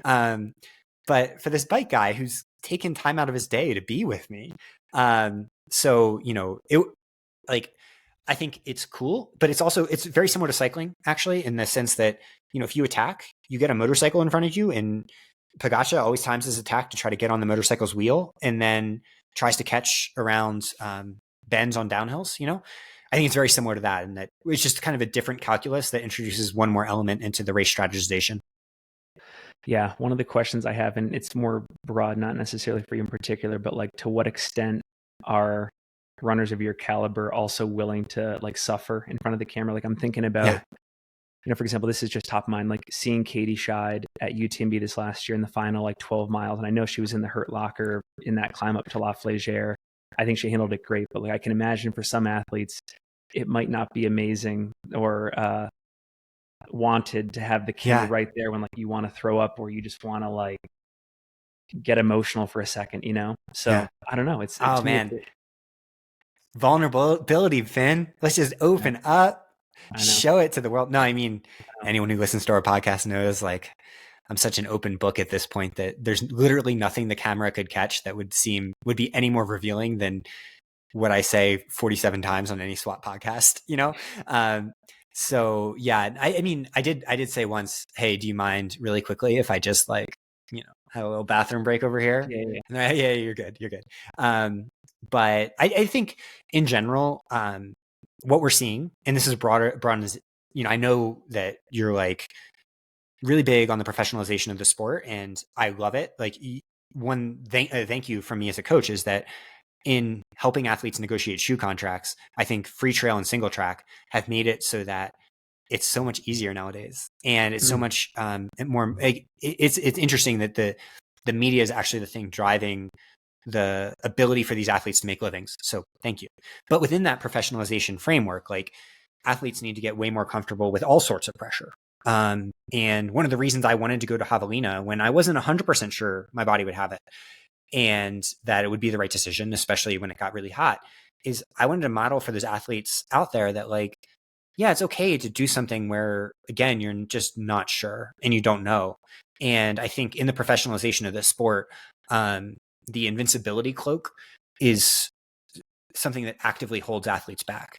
And so what I encourage our athletes to do is like, fail, man, like fail as much as you can, fail in front of cameras and tell that story, because that's what people want to hear, right? Like, people don't want the invincibility story. And I think a lot of listeners and a lot of people out there, in the same way that, people didn't pick me before Javelina, people wouldn't have thought I got the course record at Leadville. Like, a lot of people are thinking, dude, David is talking a big game that he cannot back up, and he is going to eat shit at Western States. And I'm like, well, if that happens, good, because then I'll get a chance to model for athletes, and for professional athletes especially, that it's okay to wear your heart on your sleeve, go for big, scary things, and go out there and do it. Because, like, the false cult around both humility on one end and then like invincibility on the other are doing so much harm to everybody. Let's tell the real stories. Let's tell the single track stories, right? The free shell stories. And that's why, ultras are so cool. And I spent, 15 years, 18 years telling those other stories. And now I have a brief window where it feels like I'm telling a slightly different story for a period of time, but it's the clock is ticking. You just reminded me, and this is something I think about more for the future as things are rapidly professionalizing. But as it stands right now, I feel like the relationship between the media and athletes like yourself is perfect, almost. Like, everyone, for the most part, it's like a really like pro-social relationship. But in other sports, right, like there's such a gap between the media and the athletes. Like, you have press conferences, you have people like on TNT or ESPN and like offices hundreds of thousands of miles away. Like, there's like a gap there that allows for maybe more of a complicated relationship to evolve. Do you foresee that changing at all? Like, do you think in trail running we're always going to have, for the most part, this like really positive, uplifting relationship between the media and athletes? Or do you think as the sport changes, that's going to change too? And like there becomes some sort of adversarial aspect to it? I think if it changes, that's a great thing for athletes because it'll mean there's more money involved. I think right now, none of the incentives are enough for people to be assholes, right? Like there's no Stephen A. Smiths, and I like Stephen A. Smith plenty, but like there's no incentive to do that because like, what are you going to do? Like, I know. Finn, if you did your heel turn and suddenly became like, I don't know, I'm trying to think of a good example. If you became Pat McAfee or something, Yes. up here, you know, like it wouldn't pay off for you in a way that all of those people on TV are playing characters, right? Like that's not who it means part of them, but it's not who they are. And so I want it, right? Like that's why I gave you a hard time, and that's why I love it. That was the best tech I had gotten in years. Yeah, and I mean, because my point is like I want to model that, not just for myself, but everybody. It's like this is not personal. Like choosing races is not personal. So fun. Talking about this stuff is not personal. You know, God forbid, in other contexts, another coach having success is not personal, right? This is just a process of exploration, learning, growing. Everyone's on a different track. And in that context, let's have fun with it. Let's have fun with the racing, the training, the media, all the little things that can add purpose and process to all of like what we do, right? Like, so for me, I listened to that because like I needed more purpose going into that race, and it was entertaining as hell. Just like I always listen to your race previews, and that's a good thing. I think, you know, like basically we all just need, I think, especially at the top end of the sport, to be like being a part of the story, being in the arena is the cool part. And, you know, that's what you want. So, yeah, I think you can have personal relationships and adversarial ones. And yeah, I'm excited to see your Western States picks. I'm not picking against you next time, I promise. No, you can look at my Strava. I'll give you some inside info. I'll give you you can see if my zone 2 runs are faster or slower than 5:51. I probably will need on my little loop here in Boulder. You know, so like we have a hilly neighborhood route, so there's hills on it, so it's not like totally controlled. But if I think I'll probably need that down to like 5:35 or so. And so, Finn, if you're not seeing 5:35, don't pick me to beat Jim. But if you do, hey, if you want to really throw something out there, you never know. Like, you know, basically like it's fun because that's a science experiment. That's one element of the science experiment that I need to focus the next 8 months on solving. And yeah, I love that part of it. You are wildly transparent in the training process, but do you feel like there are any arguments to be made for, especially at the very top of the sport, to go Strava dark or to be secretive in any respect about what you're doing in the lead up? Oh, absolutely. Yeah. Total arguments. I mean, I understand Strava's dark just from a personal psychology perspective, though I don't think it really changes how races play out. But from a transparency perspective, generally, like I guarantee that now that I've had this success in a public way in these races, my transparency, which has always existed, will now be used against me. And that sucks. So my dad being my dad's a huge sports fan and like has always told me, David, you're not peaking until you're 39. He's really into it. He comes down to these races, rubs shit on me. It's awesome. But after Leadville, I started to be open about like this very unique approach I used to GI training that no one's ever done before, as far as I'm aware, where you're applying competitive eating principles to it. And dad's like, David, keep that to yourself, because once people figure that out, you're going to lose part of the advantage that you have, like the big one, the fueling element. BC sees how hard I work at it. Like he's seen what that entails, and it's not easy, right? Like it's as hard as training. And I'm like, Dad, nah, got it. I'm just here to see what humans can do, not what I can do. But yeah, no, I mean, I think, it was easy to ignore all of the transparency before. And like some people applied things like strides, but like all the little things. And now I think, especially on the men's side, people are going to be more willing to think about that stuff a little bit more in the same way they think about what Killian says personally. Yeah. And so like, I think we've influenced training theory in like a vibes based way before. And now we're influencing in the way that I bet, 7 athletes on the Western States top 10 are going to be taking bicarb before the race next year. And they wouldn't have been before. And that when I talk about my heat training, which I did this week, I laid out an exact protocol. We're going to have athletes doing that protocol because it works at the hottest race. And when I lay out like, my fueling and how I get in. So essentially you're laying in all of these different frameworks that I think now people are going to stop saying like, oh, swap doesn't know what they're doing or whatever. They're going to start saying, hey, maybe actually we should try that one thing.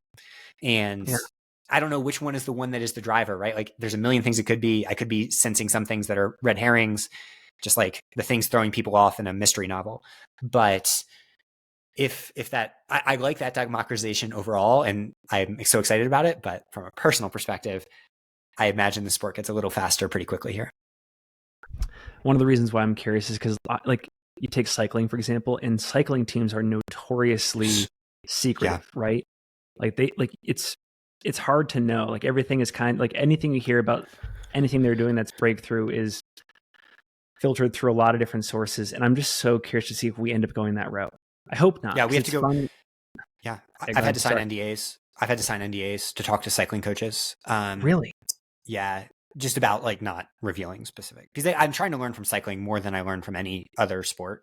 So like, I mean, obviously track running is the main place to learn from, track and marathon.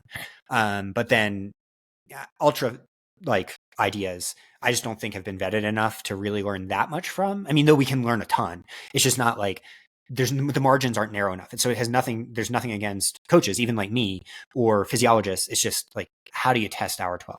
Who knows? But in cycling, they have hundreds of athletes pushing it all out all the time and all of the data. And so they know, like they know so many things.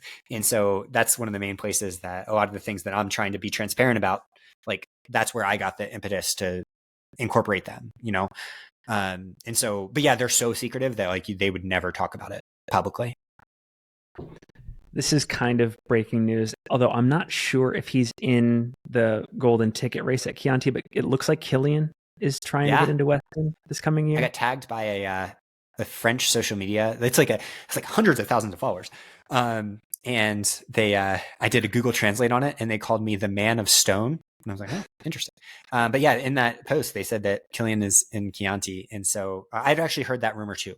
And it got confirmed for me today that is a Western stage chase. Wow. Though, I mean, not confirmed like loosely by one source. So don't hold me to it. Sorry if that's wrong breaking news. But yeah, how cool is that? I think he knows that next year is the year, What was your immediate reaction when you heard the news? My hero. I hope he wears the white spandex. That's my main reaction. Bring it back. Oh, maybe I wear the white spandex. Maybe I do a Killian outfit. No, I mean, I'm so excited. Like, I think competition is good, right? Like, what always scares me as a coach is when an athlete will look at a start list and wish for fewer people to be on it. Like, I want athletes to want that, right? Like, you want to have your best day and you want them to have their best day and you want yours to be slightly better.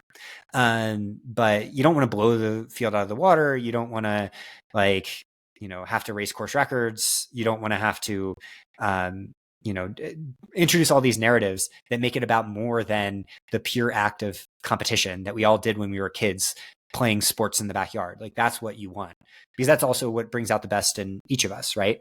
And so, yeah, I mean, my dream would be that some 202 marathoner decides to try to chase a golden ticket. Like I want that because that'll bring the best out of me. But then also like, that's what sports are for. Right. Like when Alabama plays Austin, PA or whatever, it's like, who gives a fuck? I want Alabama, Georgia. And I think in this analogy, I'm like, I don't know, Connecticut. Connecticut sometimes comes and has like a good team. But no, maybe not Connecticut anymore. I'm like, I don't know. Then give me college football team. Who am I? I think you're UGA. I think you're Georgia. Georgia. Yeah, I'll go for that Kirby Smart. You're definitely in the SEC. Okay. I'll take SEC. Top programs. Perfect. I would say I'm Vanderbilt who beat Alabama, but hey, I won 2 races now, so not just one. So it can't be Vanderbilt anymore. What impact do you think he has on the race in terms of setting the tone or just being in the mix? He's going to be at the front for sure of any race. And I think, if he's coming, he's not coming to just be present. He's coming to stamp on it and firmly establish himself as the greatest that's ever done it. And that race is between him and Jim, I think. And I want to be a wrecking ball in that race. And I want others to feel the same way. It's like, yes, they're the GOATs, but like, the sport's changing really fast. And the point of that is not that they are not still the best. I mean, Killian still setting course records at Sierras and all, like, still unbelievable. Jim is still by far the best, I think. Like, I would pick Jim in any race he ever does. But the point being, all of these athletes are going to know in training that they have to make decisions that they might not make otherwise, because they're trying to do things against people that are also trying to do those things. And so that's a place which is really cool, right? Like, I cannot wait to learn from Killian and what he does, because he has motivated us so much in how he talks about what he does. I can't wait to see how Jim approaches it. That's a huge problem for him to solve, especially if he's had some injuries, of understanding, like, do you go back to the same well, or do you develop slightly differently? Like, Jim is going to have a really interesting science problem to solve, because nobody can rest on their laurels. And in that framework, like, someone like me that's going to not change that much, other than just hopefully getting incrementally better with time. Maybe there's an opportunity to step in as, the true heavy hitters start to make decisions that, like, in training, that might not be fully rewarded on race day, right? Because there's going to be an incentive to, let's stack up big numbers. And when you stack up big numbers, there's also risks. So, yeah, I mean, that's the fun part about race strategy, is I think as soon as Killian puts his name in that hat, and, he has to do Chianti to get in, but let's be honest, it's Killian. And once that happens, like, I'm not the one that changes. I thought I was going to have to, like, be, not like one of the not trash talker, but, like, I've said I'm in it to win it, right? Like, on Instagram, that's a ambitious thing to say. But part of my thinking, and I can be transparent about that now because Killian's in it, is like, look, I think my only shot against these people, and especially Jim, would be if Jim's race, something happens, like, essentially, like, where he overtrains. And so let's be fully honest that I do have that goal, but it's not, like, I understand it's not super realistic. Now that Killian's in it, like, I don't need to be that person. I'm just a little fly on the wall watching the giants go back and forth. You don't think that your best day can compete with Jim's best day? No. Really? Not now. I mean, you never know. Never know. Crazier things have happened. But, I think realistically, Jim, I think people don't necessarily, even while he's understood as a great in his time, don't fully get just how far ahead he is in so many different ways. And even this year at Western States, it just seemed like he was at 80% of his, like, full activated gym mode, like the killer that from 2016 that I met and got killed by. And that's also good context. So back in 2016, I did Way Too Cool, won Way Too Cool, stepped back the week after Way Too Cool and did a mountain race and blew away the field. My next race after, and that was for a ton of money. Next race after that, and so that really impressive, and, like, maybe peak fitness in my life. Next race after that was the Don't Fence Me in 30K in Montana, and Jim beat me by miles. Wow.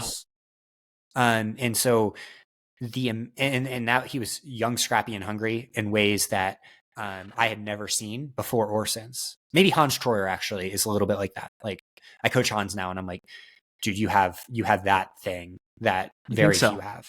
Oh yeah, Hans. He's bet on him, bet on Hans. Really? Okay. Absolutely. I saw his Tussie race. His Tussie was amazing. Yeah, it was good, but that's just the tip of the iceberg. Wow. But what I'm betting on is what that fire that Jim had then, like, and we saw that at Western States when he came there, and Jim has that fire still, but I don't think at Western States this year, like, I mean, he wore a black shirt to the start. Like, it was clearly like a little bit of a joke almost, like, right. Like, and he was just so confident that he wasn't, like, I don't know. He was MJ playing against, like, not, I don't know, playing against the Jazz, where it's like, yeah, they're good, but, MJ's, Karl Malone's not MJ. And I think, yeah, Killian being there will be really motivating. And, like, within that framework, like, I think we just got to fully put respect on Jim's name in particular. As a biased American, I think that like, I would take him over Killian as much as I think Killian is a monster. But I live in my own body every day. Those Strava files that look like numbers are visceral realities to me. And I know that I'm also capable of something special. My something special might be one in 10,000, 1 in a billion even, but I shoot for those long shots. I'm trying to think of some other people that I've been impressed by this year, especially when it comes to like openness of training. Like a Rod Farvard. When you think about Rod Farvard and what he's done this year, like what has he brought to the table in your opinion? I think Rod Farvard changed the game fundamentally in a way that like I admire so much, in the sense of, well, one, he's really open about his fueling and how that worked, but then also showed what happens if you do race these from the gun, and showed that like the physiological principles that make sense on paper also make sense in the real world. And what the offset might be is that in the past, we had only seen those demonstrated by the people that were superheroes from the jump, like Jim was. Like, he was the best ever from day one when I saw him in Montana, even though, he was wearing just like a running company shirt at the time. Rod has been doing this a while and essentially showed what happens when, you do work hard, meet all those boxes, have talent, but then also give yourself the shot. And I think that more than anything, that's my narrative of the change in the like specific end of the sport is how Rod approached it, how Rod executed, and what he did this year. And I can't wait to see what he does in the future. And another guy that like at Western States, it's like, hell yeah, because he's one that, like, if you see a trajectory right that way, right, like you're not seeing a peak probably. You're like most likely just scientifically, if you see someone make a big leap up, you're not at the asymptote yet. You're somewhere before that. So realistically, you're going to be seeing another incremental rise, maybe not the same amount, but some. And you look at that indicator, and as a coach, like, if I like coached an athlete like Rod, do not coach Rod, but if I coached an athlete that had that type of jump, I'd be like, oh yeah, shit, this is just getting started. So one of the things that's wild to me, and I guess I've now been in the sport long enough to just see generations come and go. It struck me that Jim will be, I think, 35 on race day. Killian will be 38 or 39. You'll be 37. That's all wild to me. But I also, I don't mean that to say like, oh my gosh, you guys are getting old. But I've heard you talk about like, I now have what I think is this window to do what I want to do. And I'm just so curious about that. Like, do you really think that like by the end of your 30s, your like shot at all of this will be gone? Or do you think like you're going to take it year by year? It depends what we're talking about the goals. Like if we're talking about the 1 in 10,000 Western States goal, that's the Western States stuff. Yeah. But like the point just being, when we get really, really pointy ended of any sport, you start to face certain like endocrine realities of just like changes that happen in the human body that are inevitable and beautiful. And I'm still going to be going as hard as I can. And I think I can still compete at a world-class level, but you're doing it like kind of a major league pitcher that drops from, the 99 mile an hour fastball to a 92 mile an hour fastball. It's like, that 92 guy can have a great year. They can even win the Cy Young sometimes, but they are not going to be dominant on the level that like, is truly like mind blowing. And I think, one interesting thing about the narratives in the sport on the competitive end, and this is talked about a lot behind the scenes amongst athletes, but never publicly, is just like, if we're thinking about what is rewarded, what's rewarded is like visibility.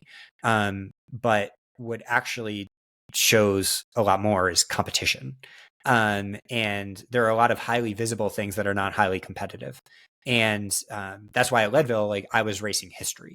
And I made that very clear because historically it's incredibly competitive, right? And, who knows though what the context is. And even I will acknowledge that now. Javelina, I was racing the competition, and the more competition, the better.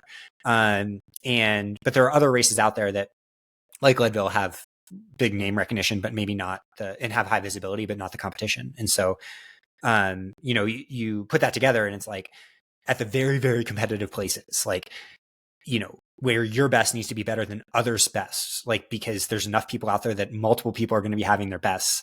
If you're limited by like natural physiological constraints, then there's going to be some issue because you need to be so much better than everybody else to beat them. And that's just a reality. And the cool thing is, like, I think some of what we have thought of physiological constraints is not true. Like, I think something I've seen in coaching a million times, I have enough data points now to say that you're not top end limited in trail running, as long as you're doing like your hill strides and stuff. Almost ever, you can maintain your muscular power throughout, even as you start to have endocrine system changes. The question becomes like, what actually happens to recovery rates at that point? And then you're just talking about like, oh well, there's just realities, and so maybe that pushes to some athletes, especially talented ones, a little later than that, and especially women. Women have longer tails, but then just after you're at a certain percentage of maybe what your peak potential could be. And while that can still be great, it can still win the biggest races out there. If you're less than your peak potential, like theoretically, you have to be better than everyone else at baseline by more than that loss. And that happens, but it's more of a sign of how good those athletes are rather than, a broader lesson about human physiology. Yeah, I was going to say, I feel like you look at like Jim Walmsley, for example. I want to say that it was the 2021 Western States. Yeah. And then maybe last year's Western States, he was not at 100% coming into either of those. And he was able to do things psychologically and just within that like game of racing to get it done still. Yeah.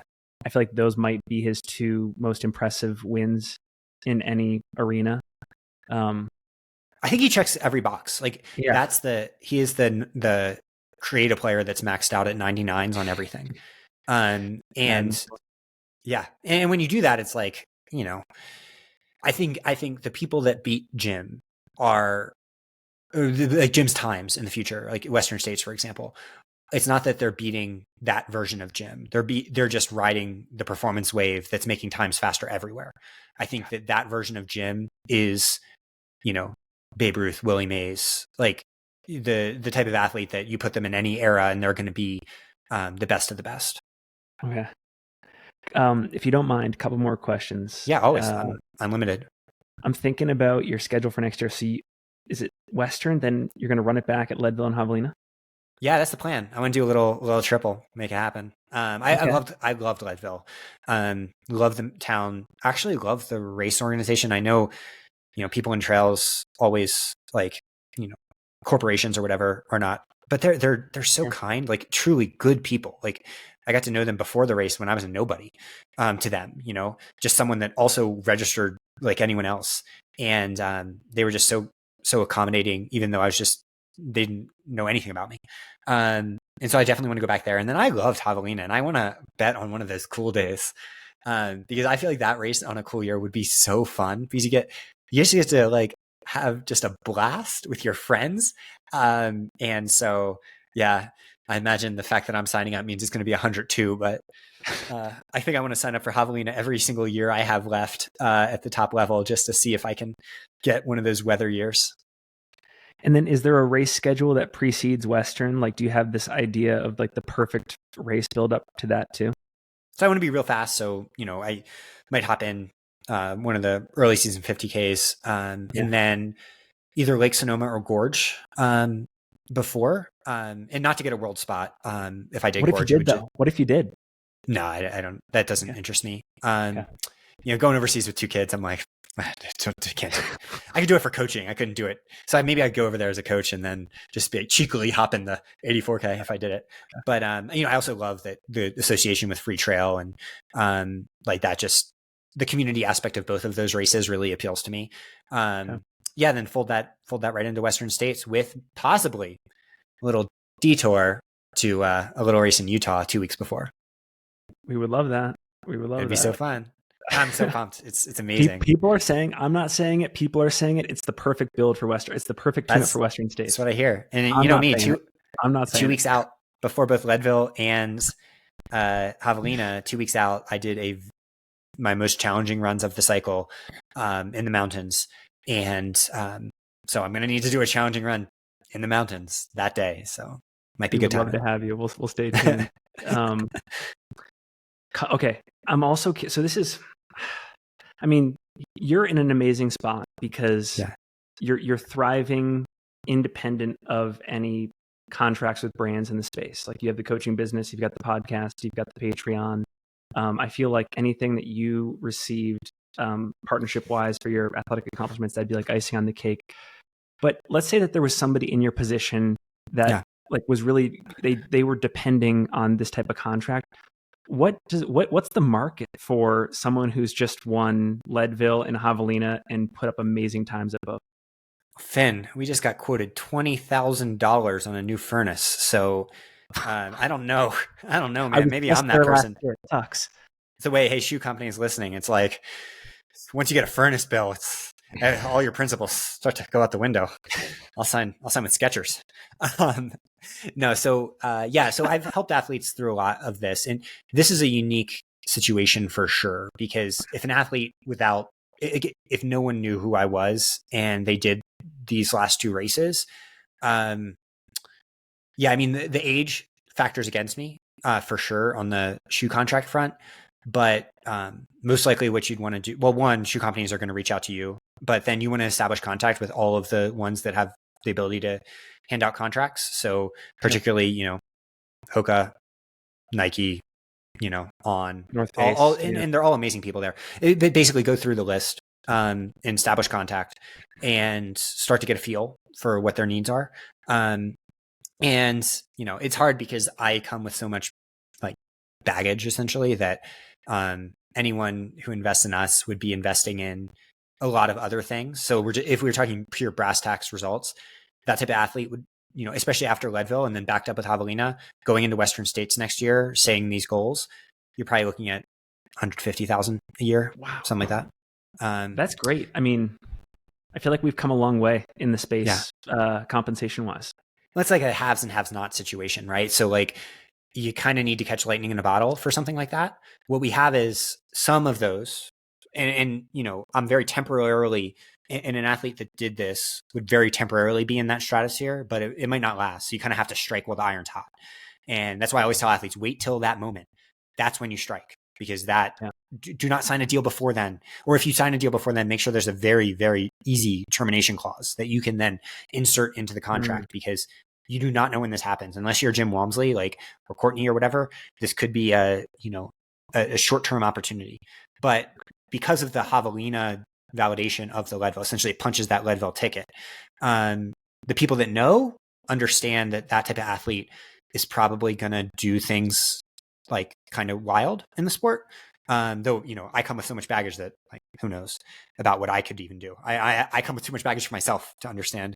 And then they'd want to probably bet on that from a brand perspective, because then it gives this huge opportunity at Western States and activations and launches and things like that. And so, but then we have that tier, which isn't huge. And then a tier beneath that's like 60 to or 50, let's say, to 75 to 90, which is getting bigger. That's the place we need a lot more. And I really hope those athletes established, betting on their futures, also tell good stories. Like storytelling is the key of all of this, unless you are a stratospheric person.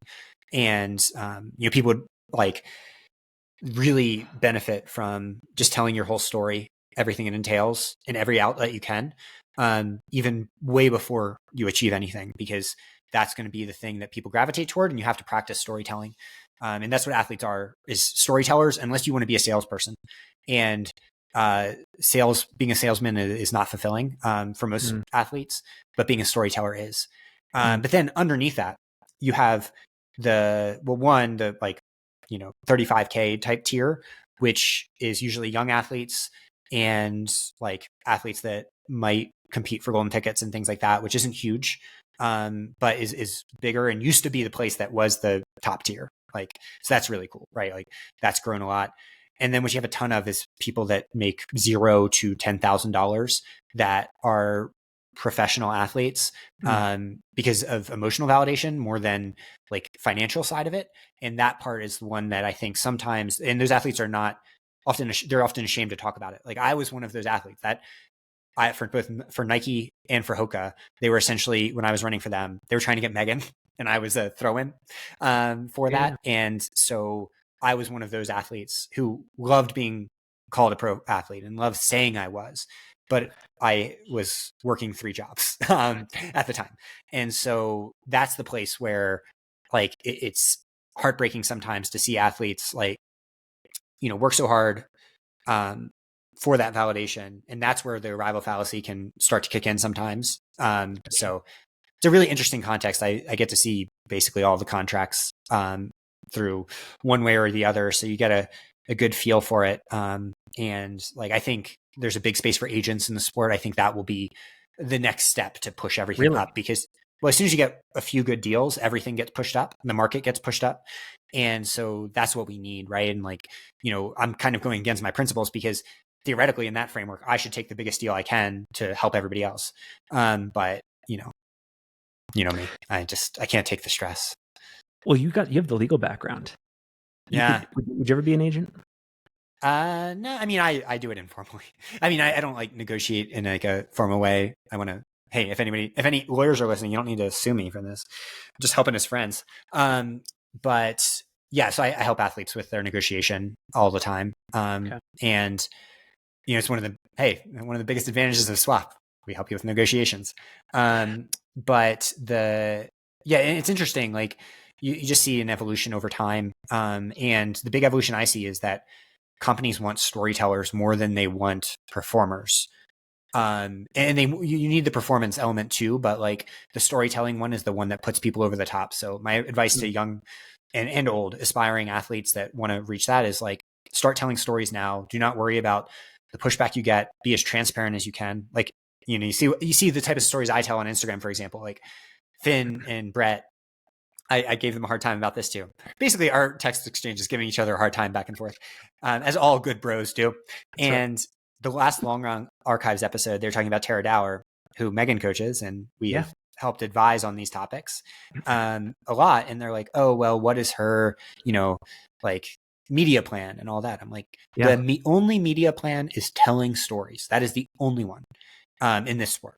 Everything else is like, the Courtneys in the gyms can like sell like exotic things that I see on their Instagram sometimes, and because they've transcended the sport. But if you're within our sport, then it is about telling your story in a way that is authentic, and that someone out there, it's not about they care about your story. It's that we all see ourselves in the authentic journey of others.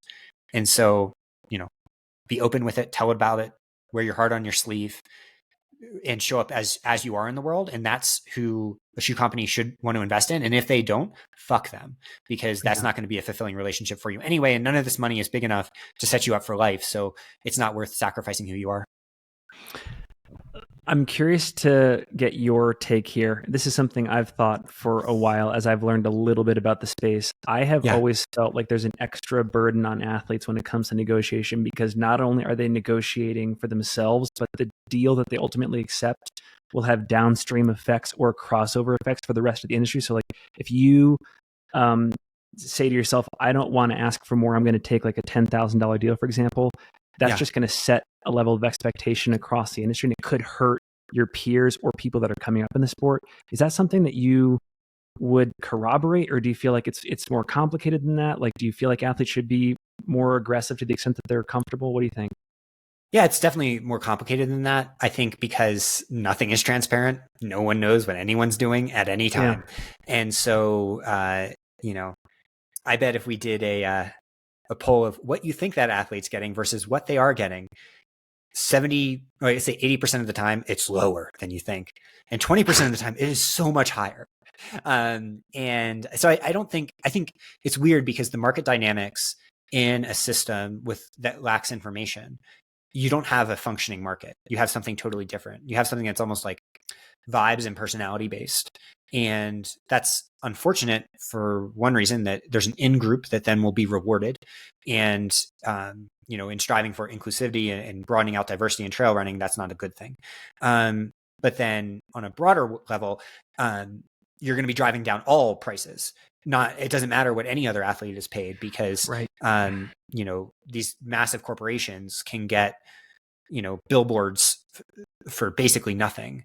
And it creates a situation where you have that's where the stratification comes from. And that if you can get one gym, that's worth, a ton of people that will sign for $2,000 or whatever. Sure. Literally an army of them, hundreds of thousands. Literally the limit does not exist. Gym is worth more than that.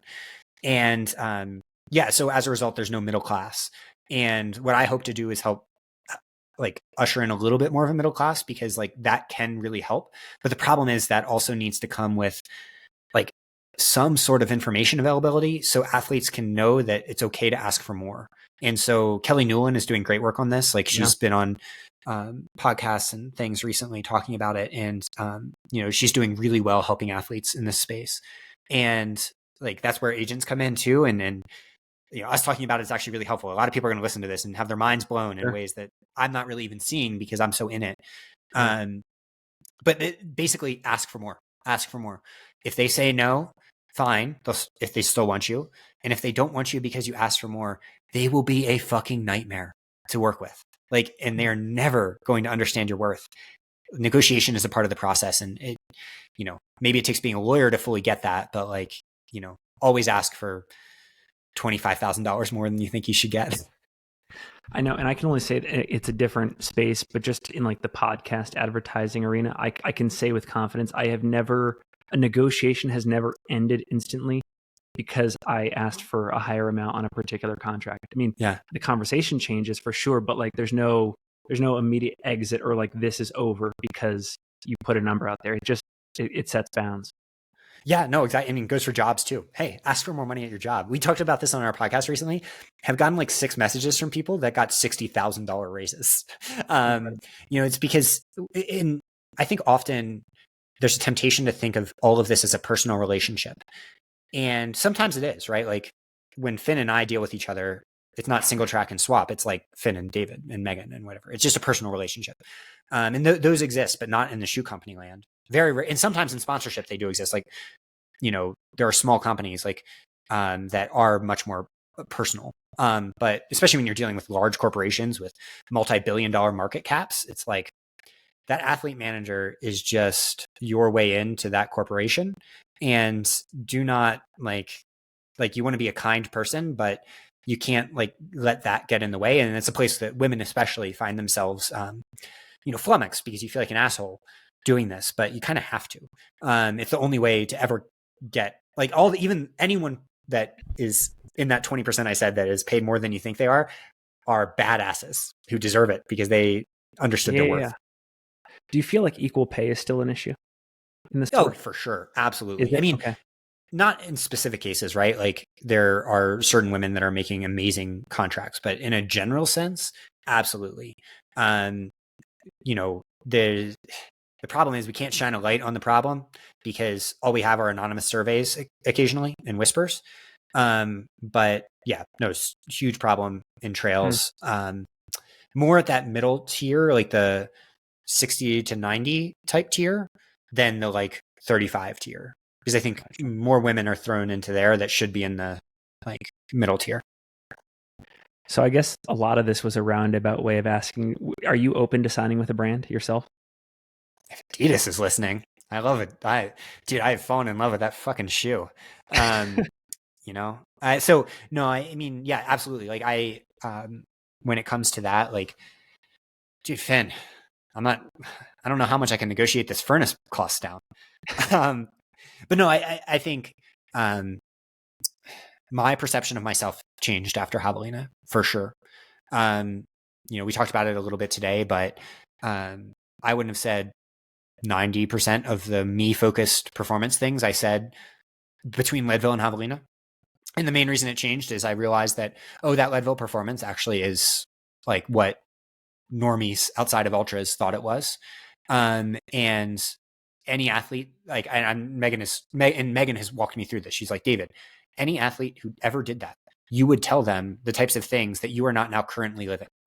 And it's helpful to have a partner for accountability on that sort of thing where you're trying to cut yourself down. And so within that framework, I'm going to be wearing a certain shoe at Western States. And I think that there's an opportunity to unfold what Swap can do in a business sense that we've never really had the opportunity to do outside of like, you've seen us do it with the feed this year, where I think we've played a big role in what the feed's been able to do in ultras, and we love the feed deeply. And if not a shoe company, like I definitely want to deepen the relationship there. Outside of, because like we're just podcasters. It's like the athlete stuff is just separate. Yeah, it's just separate, you know. They made a good bet on the, because like Megan is now going to be postpartum after her last, you know, after our final child, and she's the actual star of the family. But yeah, so like, you know, if there's an opportunity there, it's like, I don't have that many opportunities to, like, we don't charge much for coaching. A lot of our athletes are free because of financial constraints, like, and we're not going to raise prices there anytime soon, just because we, you know, feel pretty passionately that we want to make it accessible to people. And we don't want someone to have to be rich to afford it. But I also understand how that's unfair to the industry. And so, you know, it's a trade-off, and maybe we're undercutting the market in a way that we shouldn't. And the podcast makes money, but like the reality of all that is you never know how long it lasts. Right. And so it's like any other job. Anyone else out there that has ever dealt with those ideas is like, do you change a job? Do you go to that thing that pays a little bit more, but might be a little bit more stressful and give you less flexibility? It's tough when you have kids to balance that. And, you know, that's one place that I think sometimes the prognostication and fun that we have with fantasy of trails sometimes misses, is all those people we're betting on are also sometimes playing for food on the table. And that's interesting. And what I'm trying to, the reason that I'm trying to bring this like holistic view is like, we can have that and have like they're competing for food on the table. And if they don't compete well, they might not, they might be essentially living in poverty for some people. And we're not at that stage, thankfully. But like, but I was at that stage in 2012. You know, I raced in shoes when I won my first national championship, I was wearing shoes that had holes in the sides where my toes went through, because they had thousands of miles, like Nike Lunar Racers with like 1,500 miles on them. Wow. But yeah, so like, you know, but on the flip side, the way to actually get it to the point that those athletes have opportunities is to have more fun and play around more with the narratives of the sport. And I want ultras to do what Finn wants them to do. And that's why Finn is changing the game for me, is because it's like, if we can make this, you know, pardon the interruption, like what that was when I was, you know, in high school, and that's where the real growth happens. And so the more of that I see, the happier I am. The thing I hate is when it all gets personal and people start attacking each other as like humans. It's like, that shit has no place in this world. Like, people are trying their best and doing what they can, and like, leave that shit in your imagined high school. Like, that is not the world now. We are adults living in the real world. We're trying to put food on the table, and we can do it while having some fun in a lot of different ways, a lot of different businesses. But we need to be flexible about what that looks like. And hopefully love can be at the epicenter of that, because, you know, love is awesome in our lives. But also, and here's the thing that I, you know rubs people the wrong way sometimes, but is a stone cold fact, is that love also sells shit. And that's good for everybody in the world too. You know, I think this is probably the perfect place to end it. I feel like your 2024 is like the model example of a hero's journey. I feel like the first half of the year, the bike accident, the social media stuff, you were in the belly of the beast. Then you get this golden ticket at Silver Rush to get into Leadville. You have the Leadville win, the Javelina win, like the triumph. And now you're on the podcast circuit, bringing back these hard-earned lessons to the masses to bask in the chair. It's like it's been an amazing year in that regard. I'm Moana coming back to the island. Essentially, that's what the parent in me is thinking. No, I mean, you know, the thing is, like, I love the narratives, right? And like, I'm feeling it right in this moment, but it is, you know, you fail, succeed, fail. And when you zoom out far enough, it's like the only way to kind of explore it is to just explore those spaces where you get really vulnerable and uncomfortable. And so, yeah, it sucks. But I think that hopefully what I can model is, because I tell the story in such a way that is actually authentic, you know, for anyone who knows me, literally anyone who has ever interacted with me personally in any fashion, probably would say the same thing about me, which is why when I did get social media blowback, I'm like, literally ask anyone who has met me personally who doesn't also have some sort of psychological like issue. Like I've made my mistakes, but like I try, Yep. and I try through my own mental health struggles, right? Like that all comes from my own shit. But like within that framework, like hopefully what it shows people, because I'm sharing it, is that like the things that they feel are also the things that I feel. Like, even this summer, I had major, after all that stuff, like unrelated to that, maybe related to the head injury, but I had major mental health struggles, like major depressive feelings. And it was like, I talked about it openly, and like, things can look good on the outside and not be good on the inside. And basically sharing the human experience makes it easier to be human, and running is the ultimate human experience. So let's share it. Well, David, I can't thank you enough for your generosity here. 2 hours on a podcast is deeply appreciated. The one thing I'll say, because I am a recent convert, is the Patreon podcast for people that like Swap. I am still going through the backlog. I think there's like 100 plus episodes. I think I'm like 20 in. There's a lot to 122. 122. Okay. So I think I'm like, I have a lot to go, but they've been great. And for people that love Swap, go check out the Patreon side of things. I think it's as good, if not better sometimes. So yeah. And I think the vibes on that one are similar to kind of the vibes we had here, where it's just like, let's just shoot the shit about like like without topics, kind of like just like broader, and so, if you're interested, patreon.com/swap. But most of all, Finn, thank you. And, I think your role in the sport and Dylan's role in the sport, and then also like, around like Brett and Leah and Ryan and, everyone that's around these like, pillars of the sport have fundamentally changed it in a way that, I've also been in the sport for a while, and I've been trying to like move it in directions, but at a certain point you just have a certain window, and I didn't, I don't know, we don't have the reach in some ways of people that are open to it. And I have seen a fundamental shift in the last 2 or 3 years that ties directly back, I think, to free trail and single track. So thank you, because not only is it helping people get contracts and things like that, but it's also just helping someone that's out there listening right now in like fucking Kansas they actually have some beautiful trails there, but like on a beautiful trail in Kansas that's listening to this, feel more a part of something. And that is so fucking cool. So thank you.